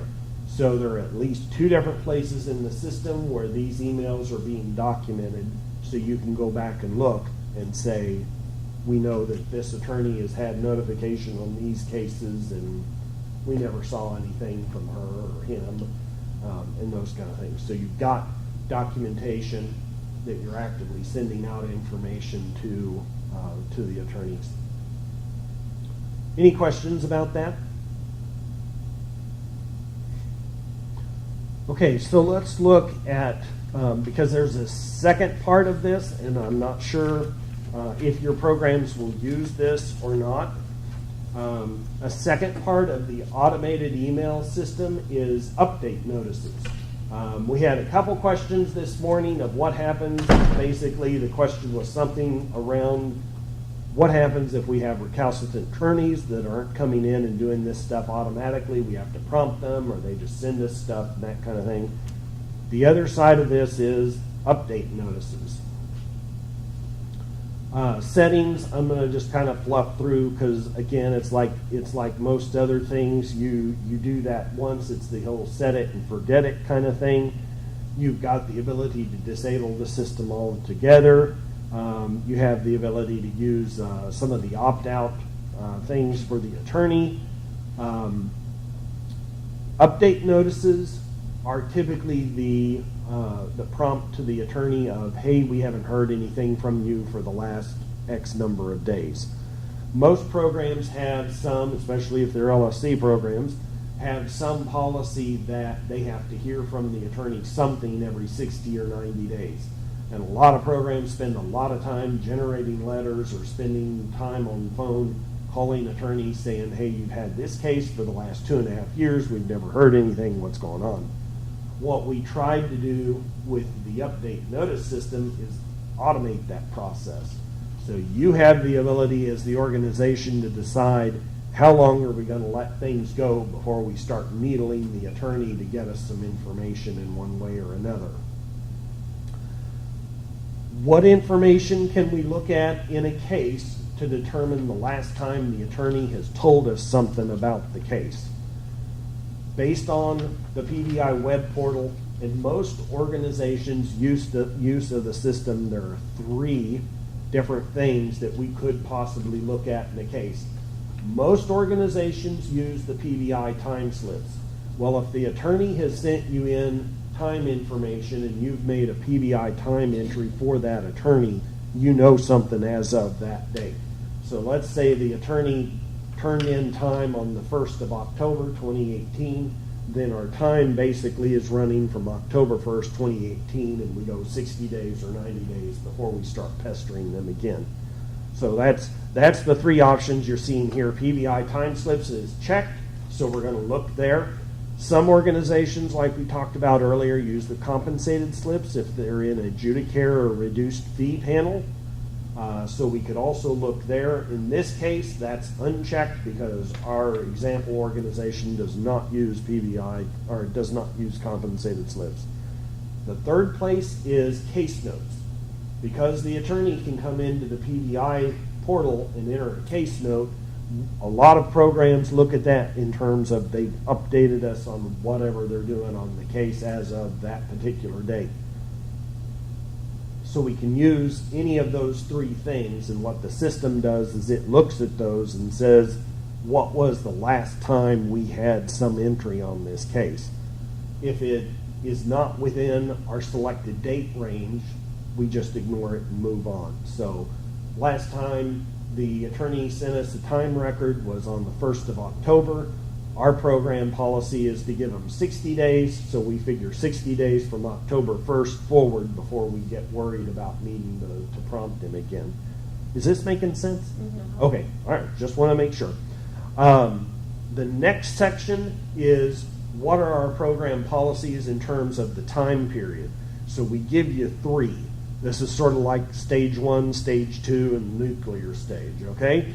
And you can enable or disable as many of those as you want. So if you just want it to be a 60-day and you send them an email and then you send out the boys from Chicago, if you don't hear anything from them, then you can do that. Otherwise, you've got 2 other periods, which would be the example you see here, 60, 90, and 120 days. And what the email you'll see in a little bit will show you is that it's broken down. Our program requires this. We've not heard anything for 60 days on these cases. We've not heard anything for 90 days on these cases, and then we've not heard anything for 120. So you do have that ability. The system then will keep track of when the last batch of emails was sent. Obviously, it's kind of like the automated system. We do need to kind of stick the needle in the side and kind of jab it in and out a little bit, but we don't want to do it so frequently that the next time we try to get them to do something, they go, oh, I'm still trying to heal from the last time I got stabbed in the side. So we allow you to keep track of the last time emails were sent and how frequently you want those set. And what you see here is frequency of updates. Yeah, you can see that. Frequency of updates is set to every other week or 2-week period. And what does that mean? So it will send emails, and then it's going to wait 2 weeks before it sends again. Okay. So it gives them time to get information back to you and enter it themselves, or get it to you and get it entered before it hits a deadline again and looks. And Send because another email. what we didn't want to do is do something really crazy like daily, where they're getting the same email on the same 5 cases every day until, well, they'd be kind of fun. for us, not for them. So we figured, and it's, it depends on what your program policies are. A lot of programs do once a month, and they kind of do this first, second, and third stage type thing where they'll do first and second, and they'll give you emails, and they'll kind of be nice, and then after that is when the phone calls get made, and the boys fly in, and that kind of thing gets ugly. So, any questions so far? Okay. Obviously, just like the other parts of the system, we can do testing. So before you actually start doing stuff, you can set it to test and have emails sent to you so you know what things are looking like and that kind of thing. For most attorneys, if you sent them a case number, they would have no idea what you were talking about. If I told them the case was 18S-411-245 and it was in a particular parish and that kind of thing, they're not going to have a clue. But we didn't want to send entire client names by email, and as sort of a compromise, what we allow you to do as a program is decide how much of the first name and how much of the last name you do want to send. So if the person's name is Jonathan Smitherson, then they might get SMIJON, so they have some idea of what the client name is and they can figure that out. But we didn't want to send the whole thing because some states get really upset about those kind of things. So as a program, in your settings, you've got the opportunity to decide how much of the client name actually gets put in there. Again, like the automated system, you can decide what the letter looks like, what the different paragraphs are, that kind of thing. Again, that's all is up on the screen is your ability to set that. The final letter looks a lot like what you see here, beginning paragraph, our policies, they get really upset when we don't stay up on things. Please help us out, please, please. And then again, here's our 90-day list, and it gives them the link. So again, if they're logged on to the PBI web portal, they get this email. All they've got to do is click on that link, takes them straight to the case in the portal.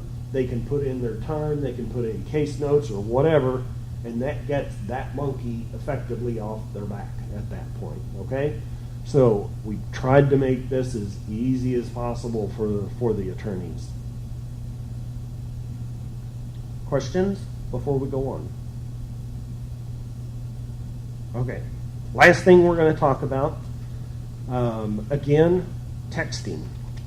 Let's look a little bit at texting. This is way above my pay grade, so I'm going to give lip service to setup, and we're going to move on. Texting uses an outside company called Twilio. They are in effect your cell phone provider that will be sending out text messages on your behalf. There's a whole bunch of setup stuff that's got to be done. Again, once that's done, it's set it and forget it, and we move on with life. So, we want to send the client a text. What do we do? Well, first off, the section you see here on the screen with the cell number and that information, this is in the client record. This is the cell number for the client, page 1 of the client's record.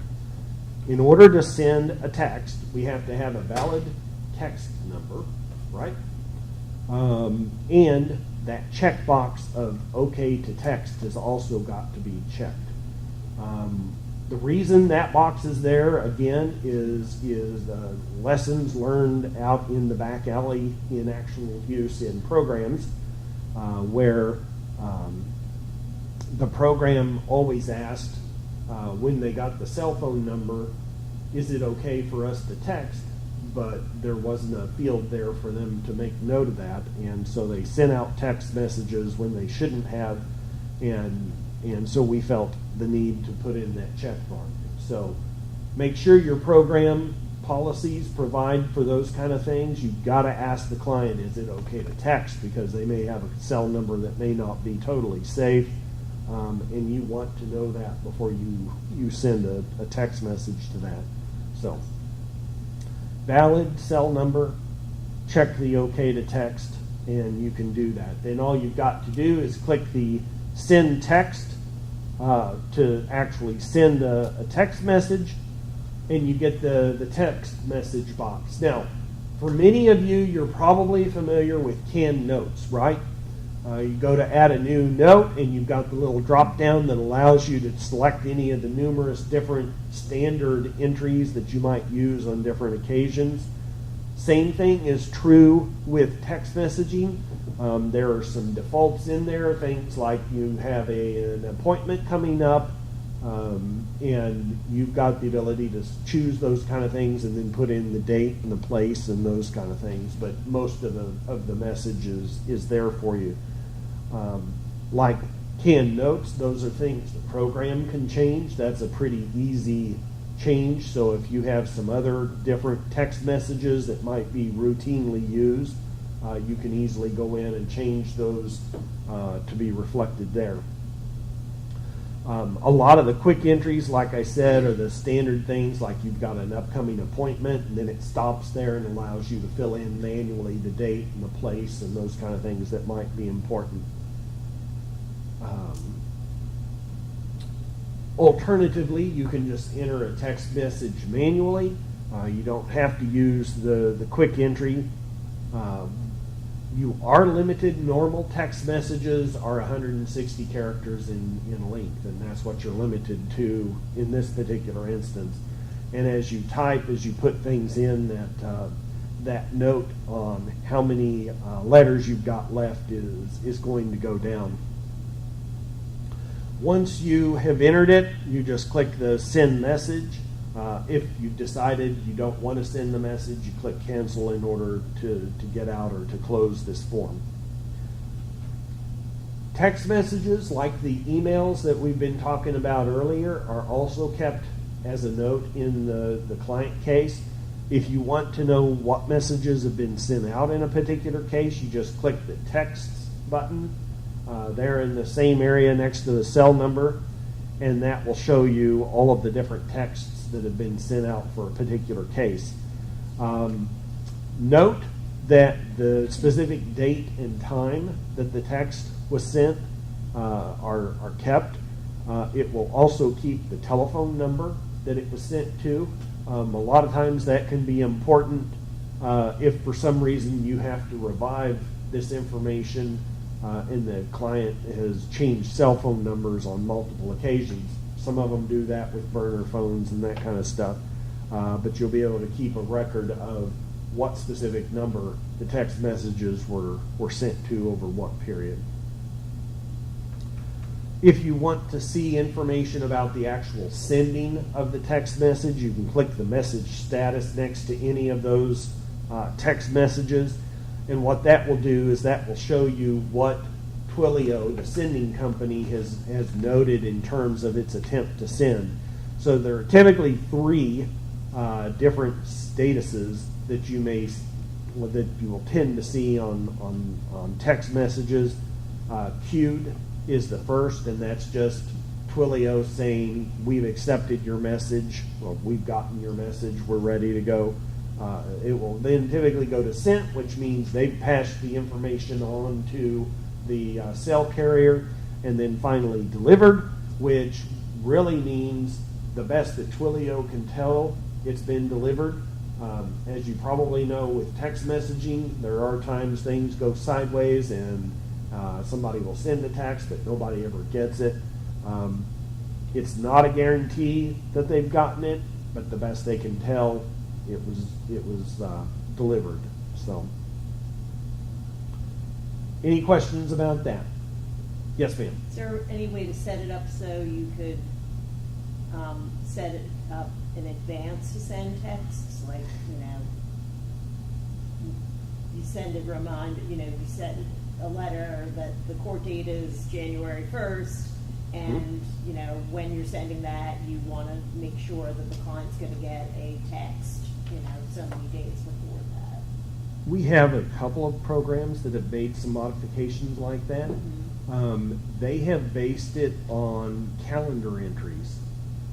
And what they've done is they have made some modifications to calendar entries.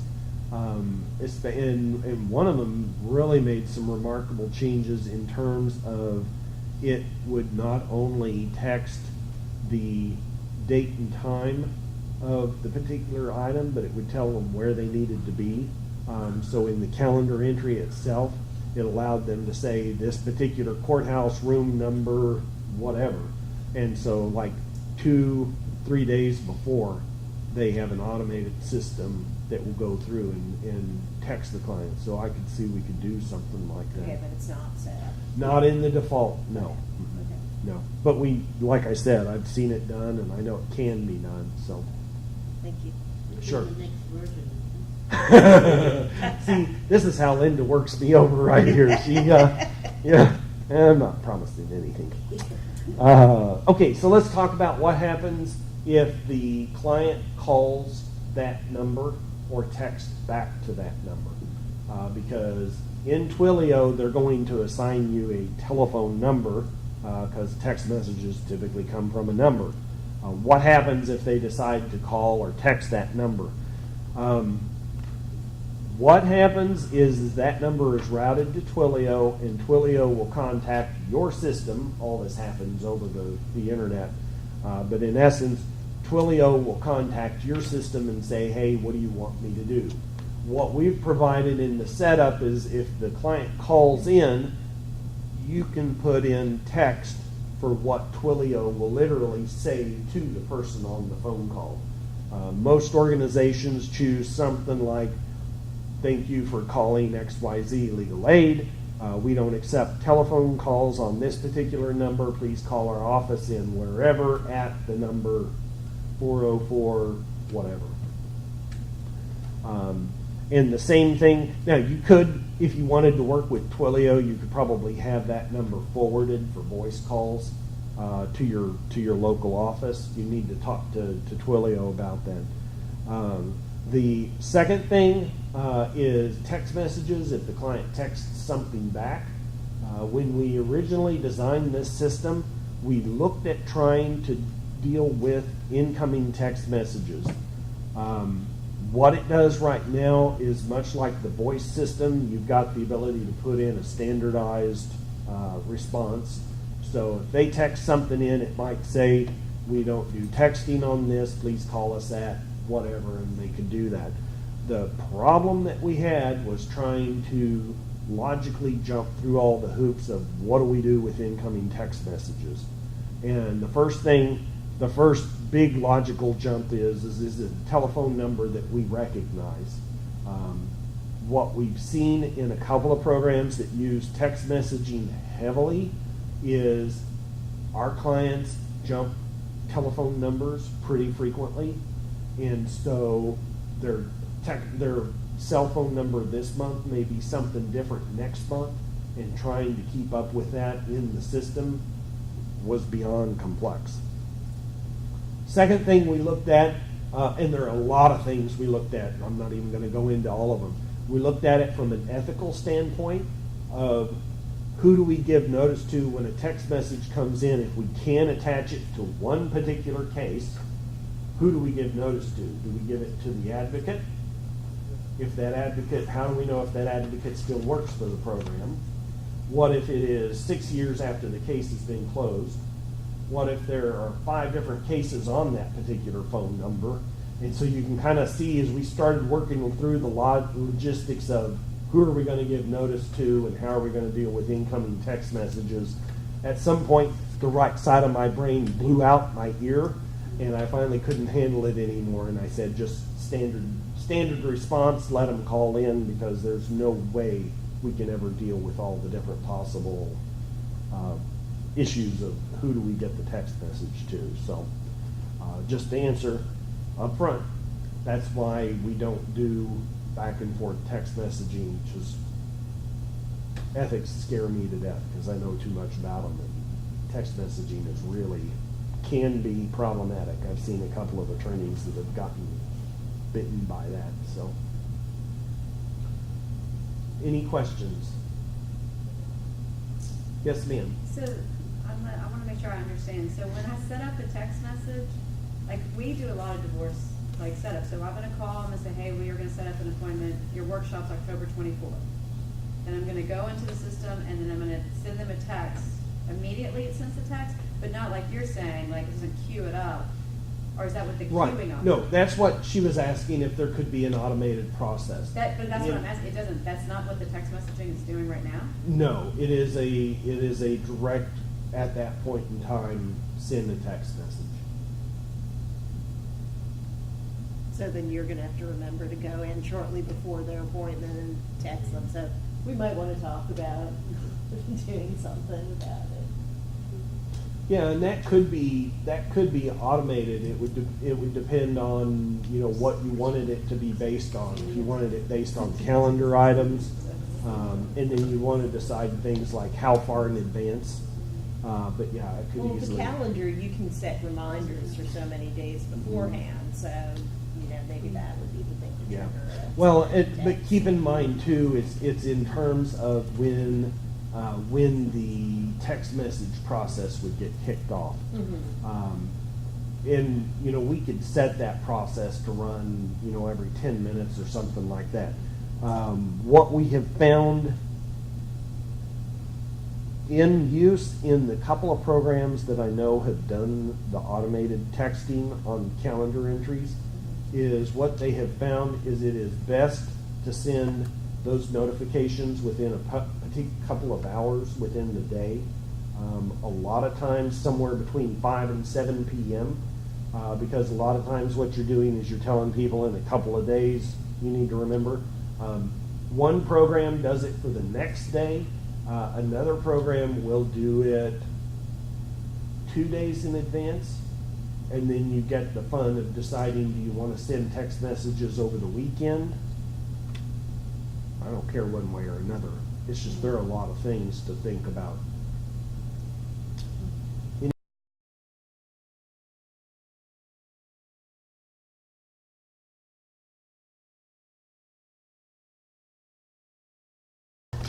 I expect our group for this section is going to be pretty limited, just because we are dealing with a special subset of the system. So we're dealing with Kemp's reporting services, again, sounding much like a broken record that repeats endlessly one particular track.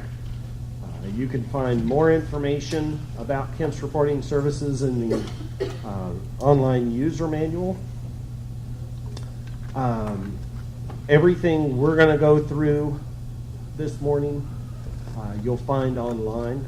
And if you're interested in the reporting services system itself, you can actually find books online that will take you through in depth. So let's talk a little bit about what this is and what kind of features it offers. Remember, we talked early this morning in the PBI web portal section that you've got a database that holds your data, and that sets off on a server somewhere, and that basically just sits and holds your data. Kemp's Reporting Services relies on that same system to give you a bunch of different reporting options. Again, you can find a lot of information online about reporting services. You can find several books. Those of you with administrative rights at Venture should have access to this system with your program or for your program. As administrative users, you should see two special icons. The first one is the report builder, and that is what you use to create new reports, modify existing reports, and then run those reports. So we're talking about using a system outside of Kemp's Prime itself. So you've got your Kemp's Prime icon, and then you've got a separate section. The reason it is separate is because it has so many different options and so many different things available in it. It had to be its own separate system. The second icon is the Kemp's Prime Reports. That will look like the Internet Explorer icon. This is what you will use to run reports and to schedule or subscribe to those reports. And so we'll see as we go through this morning. We'll see the different things that you can do. So let's start first off with running a report. We start by opening Kemp's Prime Reports, and we'll get a logon box. In the logon box, you will use the same username and password that you use in Venture. So probably something like first name dot last name at kemps.v or something like that. Some of you may also use the cloud / and then username, but you use the same credentials that you use in the portal to get in. What you'll see when you get in is you'll see your organization's folder. Most of those are just the initials for your particular group. The security on this particular system is set so that you can't get outside of that. You're limited in scope to your own organization. So if you're with Southeast Louisiana, you can't get over and try to see anything in Acadiana and likewise. So it's kind of like the PBI portal. You're limited in scope to your own program.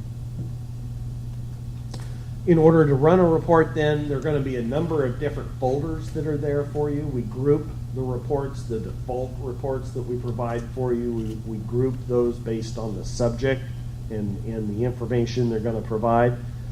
And you would go into the folder and choose one of the reports and just click on its link. So what you see here is you see a couple of different reports. These are the long-term reports, so they'll give you information over a 3-year period in a graphical format overlaid, so you can kind of do a visual comparison year by year.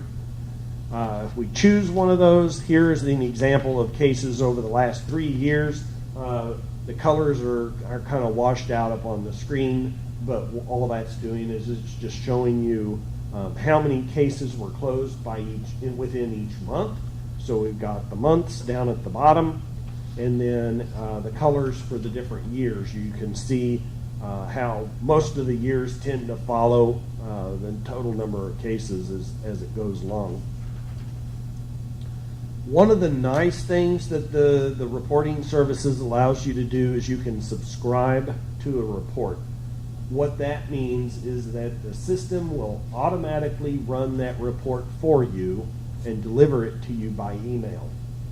Where a number of our different organizations use that is where they have different grants that require like a monthly report of some sort. We've got a lot of those that do that in the violence against women.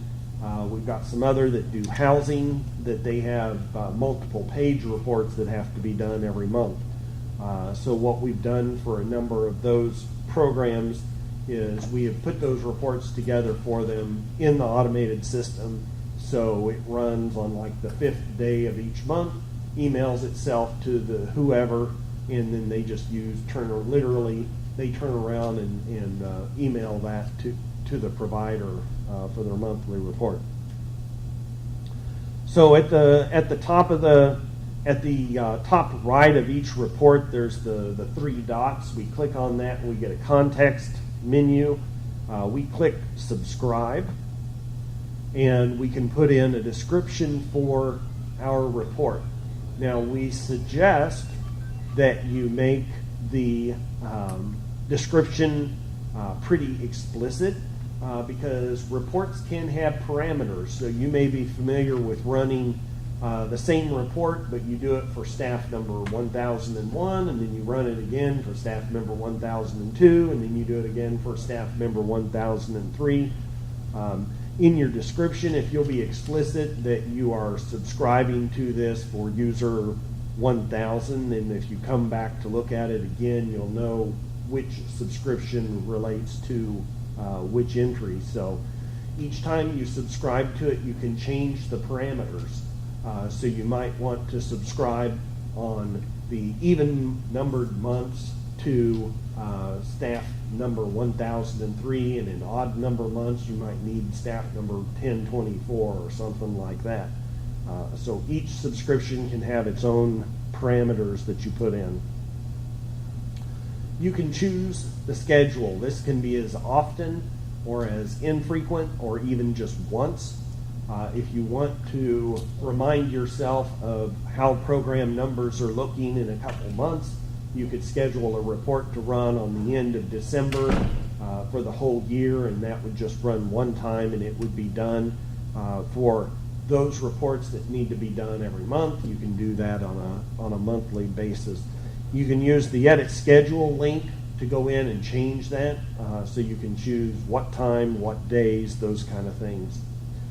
When you subscribe to it, you've got the ability to put in email addresses to yourself, to other people. Just like most emails, you've got the carbon copy and the blind copy. So you can schedule this to be sent to you as well as other people in your organization. Here again, with a couple of the organizations that have monthly reports that are due, they actually chose to have the report go to their administrator and to the grant manager at the grantor, like I said, on the 5th of each month. And so literally they didn't have to do anything in their grant accounting other than let the system send it, and they get a copy of it so they know it's done and they're good. Finally, after you fill out some other information there, you can put in subjects and those kind of things, normal email bits. You can then create the subscription, and that will run that report on your particular schedule and just run automatically then. If you want to see what subscriptions you have when you're in the website, you can go to the little gear icon. Like most Microsoft websites, you've got the little gear up at the top right that allows you to make different settings. Click on the gear, choose My Subscriptions, and that will take you to a list of all your different subscriptions. So if you've got 10, 20, 30, or even more subscriptions in the system, you can look at those and you can edit them and or disable them. Yes, ma'am? I'm kind of confused on the subscription part of this. I mean, we go to the top and click on report and, do the query or however you say it, and, get our reports run. Is this something new? Is this something different from what we're used to doing? Yes to both of those questions. Okay. This is new and it is different. It is what we call the Kemp's reporting services. It is a separate system that will do reporting for you. And one of the main things that makes it different is the ability to schedule or to subscribe to reports. So they're run without any user interaction. They're run and they're sent to you when they're done. So we have to set all this up and be a subscriber. Right. Yeah, there's some setup, and depending on the reports you want. There are some default reports that are already there. We're going to look at some of those as we go. But it's the same kind of thing. It allows you the flexibility to take what's in there and modify it, or even create your own. So you can do any of that. Okay. Any other questions before we go on? Okay. So subscribing is really just scheduling. You just subscribe to a report and schedule it for yourself. To run reports, typically the best place to do that is in the report builder. You can do it in the Internet Explorer, either place. Report builder will actually allow you to go in and modify them as well. So when we start report builder, you may get a getting started page like most Microsoft products. When you do something, you get the little, hey, welcome, here's what to do kind of pop-up box. We can close that. We get to run a new one. We first off have to connect. So there's a connection link down in the lower left-hand corner.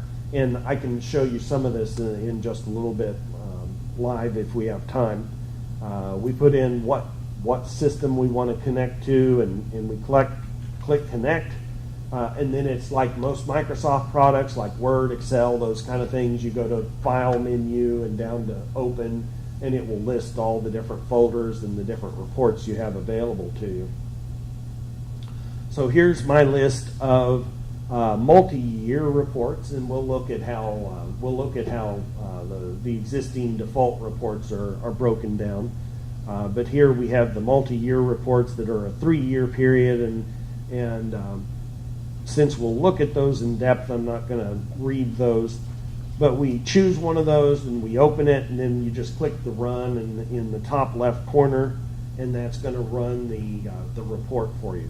Now, that literally is just running it in real time right then. That doesn't have anything to do with your scheduling or those kind of things. It's literally you just want some information, you run the report, and you're done kind of thing. So let's look very briefly at some of the existing reports. The first one that most of my programs use are error reports.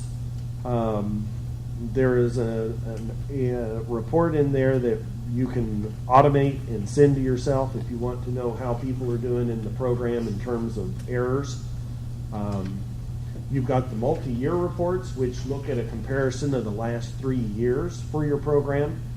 So if you're wondering about how many cases have been closed or how many have been opened or how many total intakes by month or those kind of things, then you've got your multi-year. You've got reports that are just based on open cases. Then you've got reports that are on prior 6 months and then the prior month. So a lot of times the prior month comes in when you've got those monthly reports that are due to funders, and you're just looking at information that came in the past month. That's where we've kind of put those prior month reports in there.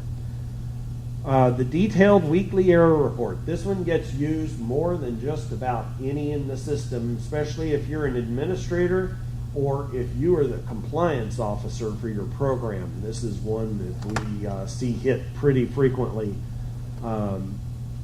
It looks at errors that exist on cases. It basically uses the error checking system and looks over the last 12 months, and it will give you a list of total errors by the error.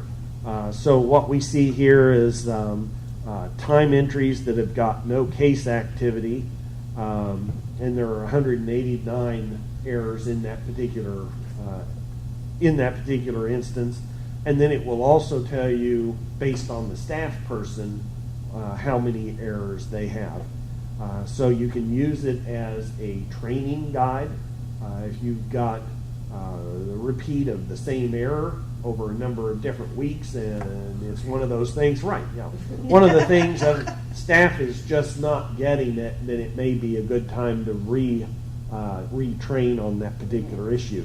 Likewise, because you know the different staff people and how many errors they have at that particular time, then you may have some ne'er-do-wells that need some one-on-one hand-holding and training.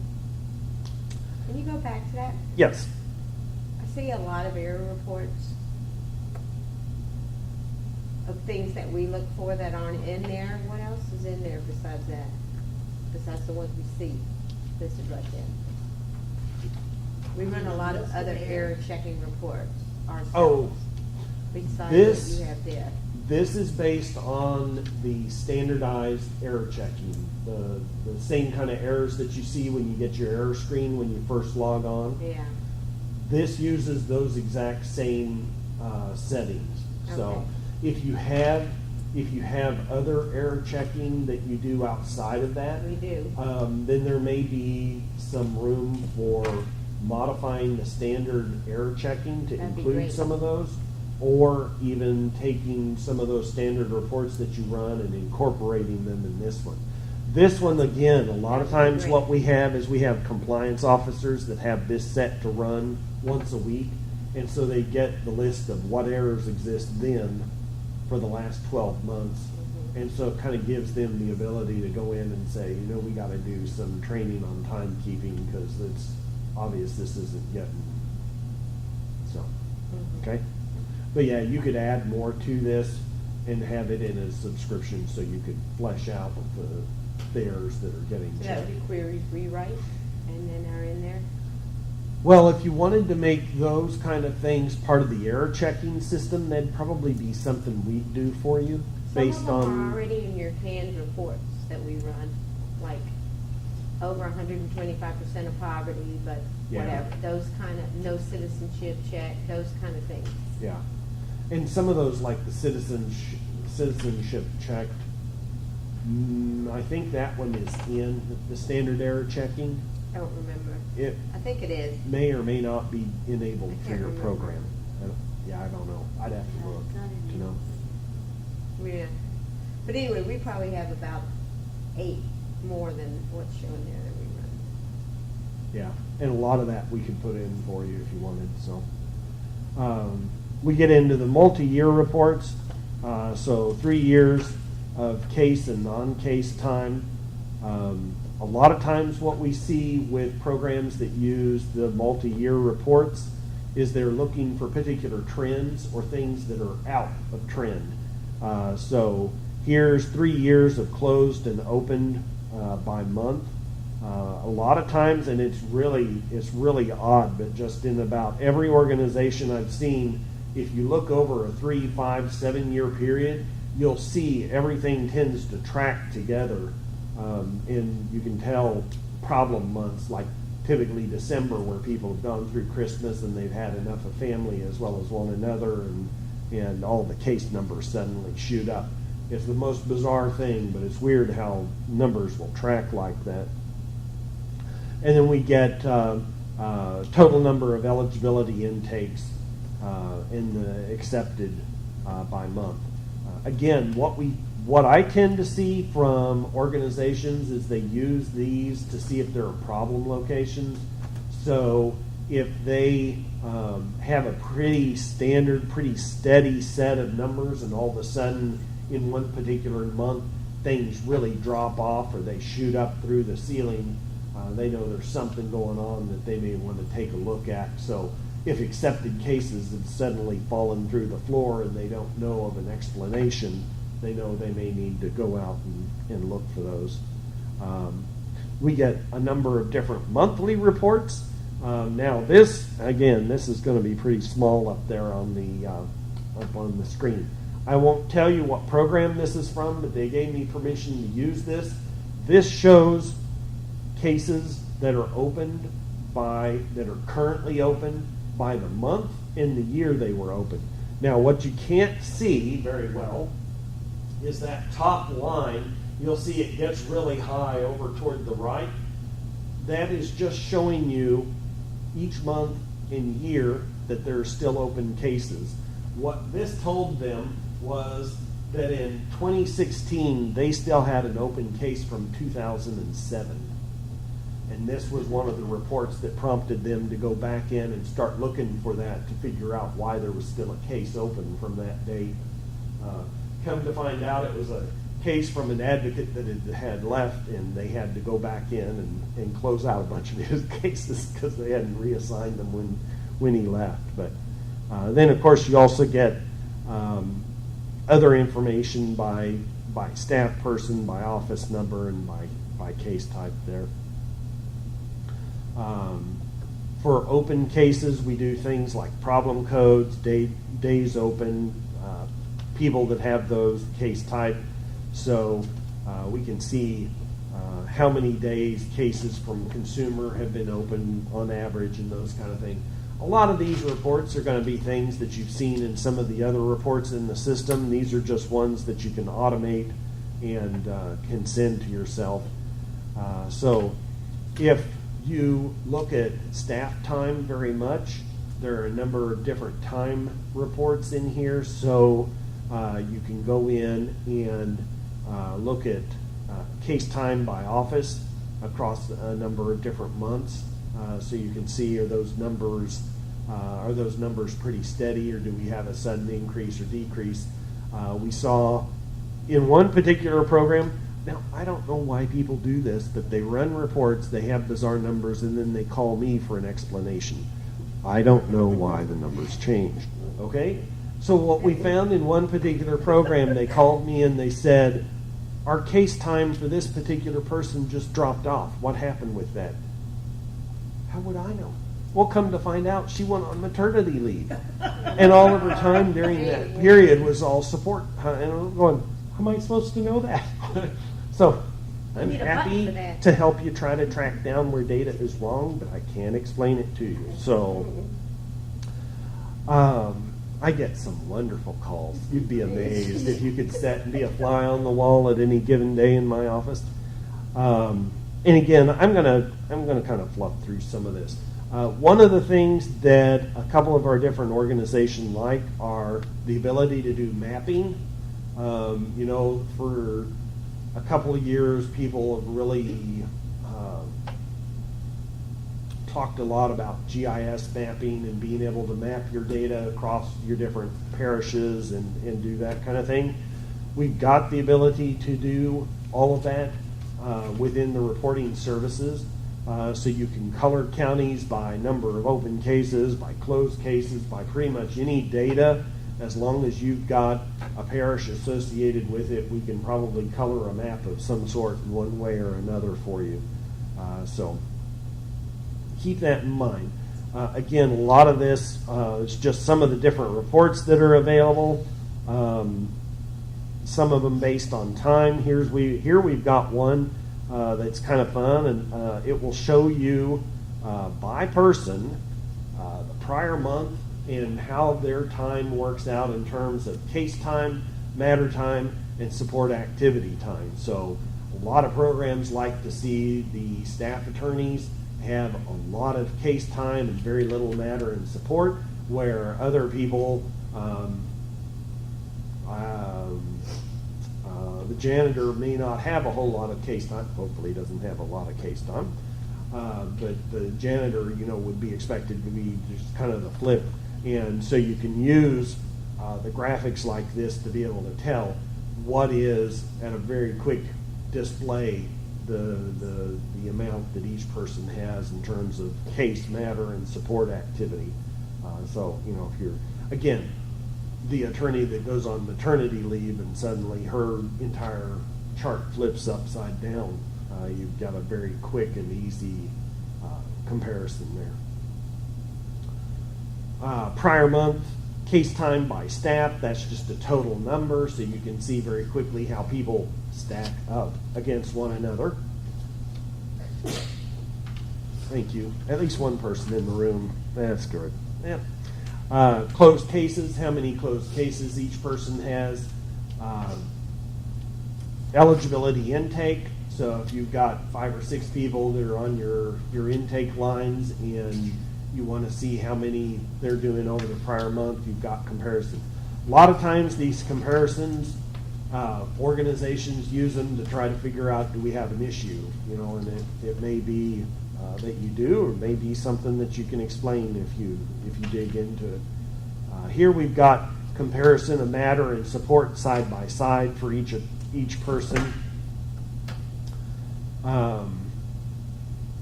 Eligibility problem codes, just to see what things are coming in. Let's look very generally at how you create a new report. In our report builder, like most Microsoft products, we just go to New and File and New, and we choose the type of report that we want to do. For my example here, I chose a table. Now you can do a table, which literally is kind of like an Excel spreadsheet of here are all your numbers, and you're just pretty much done. You can choose a chart. A lot of what we've seen is charts, so you can do the bars, you can do graphs, you can do any of those kind of things with the numbers that you come up with. One of the other chart types that you can choose here is mapping. So if you want to do a map of your particular geographical area and do colors based on the numbers that come out, that's one of the other options here. We're going to do a data table. So again, when it's done, it's going to look a lot like an Excel spreadsheet with just pure data across it. We have to choose where our data comes from. Now this is like a lot of the Microsoft Access. If we were in it and we were doing a new query or a new report, we got to choose where the data comes from. So we have to choose a data set, which is just a fancy term for where are we getting our data. Within your programs folder, there will be a data source, and that is what points to your particular data set. So just find the data source and choose it. You have to choose how you want to get the data. Just choose use current Windows user. That's you. That's how you're logged on to the system, so it knows what you're capable of getting to. And then we get to choose tables. Again, just like the queries or creating reports in Access, you've got all the different tables that are available to you. You choose which fields you want to pull in. You choose your filter, which is the where condition. As we see here, down here, I've chosen case type is S, so I'm looking at staff cases. Again, I was very basic here and just kind of included some, I included case number, case type, and problem code. We get to the layout of the report, and I can choose the row groups. So I chose problem code, which means all of my problem codes that are the same are going to be compressed together. And then over next to them, it's going to do a count of how many different cases are in that particular problem code. And then I've got some other options. I can do subtotals. I can do grand totals. A lot of stuff, just like if you were working through the wizard in Microsoft Access for a report, same kind of things. And then when we finish all that, our report is now ready to run. We can do pretty much with like most reports in Microsoft Access, you can do all the titles, you can do standard words and all that kind of stuff. Here, for our example, I just left it very basic. I really didn't do a whole lot with it. But then when we run, you see our problem codes are grouped together, and our total number of cases for each of those is also included.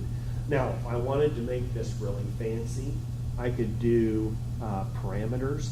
So I could put in parameters, kind of like you've seen in some of the reports and queries of what office number do you want, what date range do you want, and some of those kind of things. So you can really get pretty complex if you want to in your report writing here, just like you can in queries and reports in Prime itself. Because this is a system that's designed explicitly for reporting, you're going to find a lot more stuff available here. Not to mention the ability to schedule things and be able to automate things. Any questions before we move on? Yes, ma'am. So once you run that list table format, what if you decide, oh, I'd like to turn that into a graph? Do you have to rerun the whole thing, or can you? No, it's just like reports in Access. You could add a graph to that and use what we have here as your data set. Okay.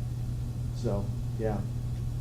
Yeah, and let me just tell you a number of the different programs that I've developed those monthly grant reports for. If you know some of those grants, they're like 5 and 6 pages of just, what is this very limited subset of data and what is this very limited subset of data. And they got tired of running those, 14 or 20 or 30 different queries every month to come up with that data. And so all I did was I took all of those. In one instance, there were 36 different queries, and I pulled them all into one and pulled them all together so they used the same dates and that kind of stuff. So one report could literally do, oh yeah, and it had graphs and all kinds of stuff. So it was pretty wild by the time it was all done. But and the other fun thing was that the grantor had a very specific format that they wanted it laid out in, and so I reproduced that in the system. So literally it was sent to PDF and emailed to the grantor, and they never had to do anything more with it. So made them pretty happy when they didn't have to spend hours doing report running. So,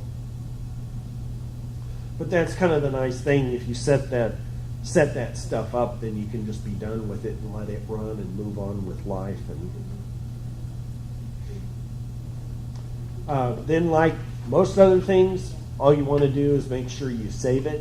and then put it in a folder somewhere, and then you can go back through and subscribe to it. Now, keep in mind that if you have subscribed to a report and you come back later and you change it, you're going to get that changed report in the future. Okay? So what we tend to recommend, if you know John Kemp, one of his axioms is steal it from Kemp, which we're happy with you to take what we've done and modify it and do whatever you want. What we would suggest is, as a user, you create your own folder in the report server and put all of your reports in there, and then subscribe to those. If you choose to change one of them, you may want to change its name first, or copy it and then change its name and do whatever new changes and then subscribe to that new one. Because again, if you change old reports that you or others may be subscribed to, you're going to be changing what they get as well. So the reports, the default reports there are kind of shared. Everybody in your program that has the report system available to them can see and subscribe to those. So just keep in mind, if you change it for one, you may change it for all. Okay? Any questions? Okay. What I thought we might do is I might actually pull that up, and if I can get online, let's see if I'm online.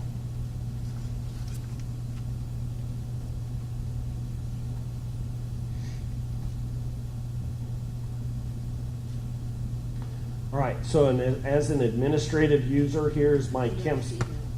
Oh, yeah, okay, hold on.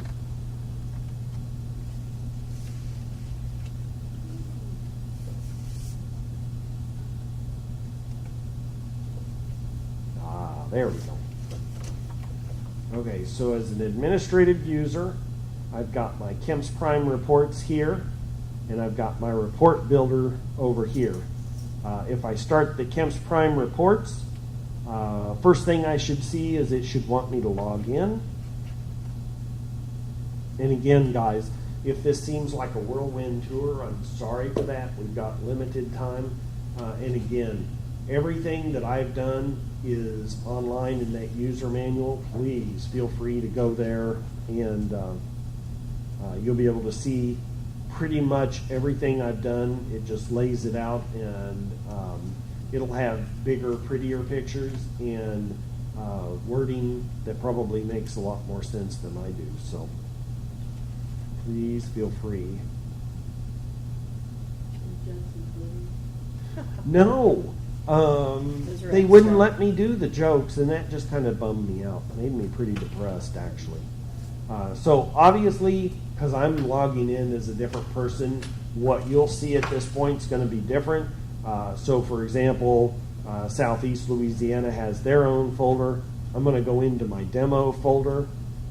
In here, I can do almost anything I want. For example, if I wanted to, that's not what I want to do, hold on. If I wanted to create a new folder just for myself, I could click on New and choose Folder and go James Primary Folder. Ooh, that's bad. Folder. And now you'll notice, in addition to my other reports that are here in the system, I now have James's primary folder, and I can go into it and I can create new ones. Let's look very quickly at, let's do an easy one. If I click on prior month, I've got my prior month reports that are here. If I look at the case time by staff, I click on it, and you'll notice now that it's saying loading, and it's actually running that report, getting data from the system. And if we give it a moment,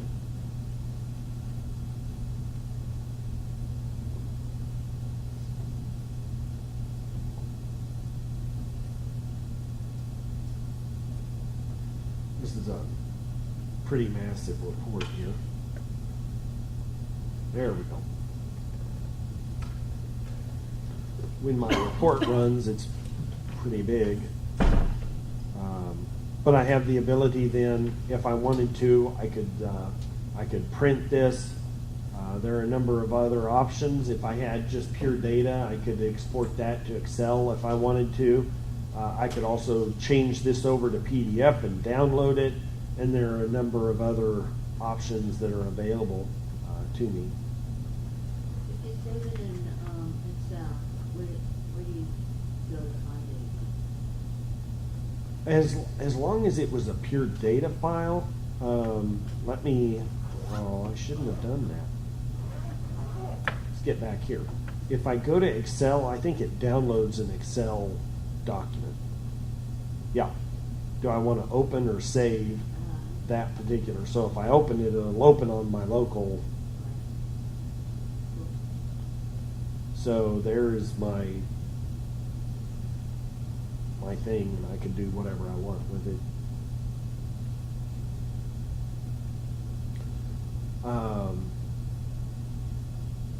To very quickly show you some of the other options that are available. Here again in the context menu with the three dots, I've got the ability to subscribe to it. You can do snapshots, which really the system, if I remember right, what it does is it runs it on a routine basis and it saves those. So if you want to go back and look over time the progress of a particular report, you can do that. You can download the report. So basically it downloads this particular report and you can upload it in a different folder and that kind of thing. We've got the ability to go in and edit it. So it will actually open the report builder here and will allow us to modify, to modify the report. Now remember what I told you before.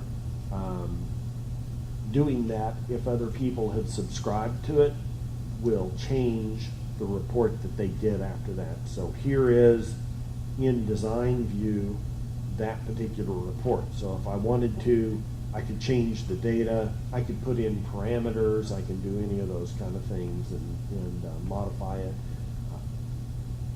Within that, again, I can do a save as. So if I want to save it to my other folder, I can save that report now in James's primary folder. And now I can be assured that if I change this and muck about with it, I'm not messing up somebody else's subscription to it. So also remember your subscription, when you subscribe to it, you can choose to have that sent to other people. So if you've got others in the office that may not be the administrative level people and don't have access to it, you can go in and subscribe for them and have things sent to them as well as yourself. Remember, your subscriptions, my subscriptions, is where you see what you've subscribed to and what's available to you. So, any questions about reporting services?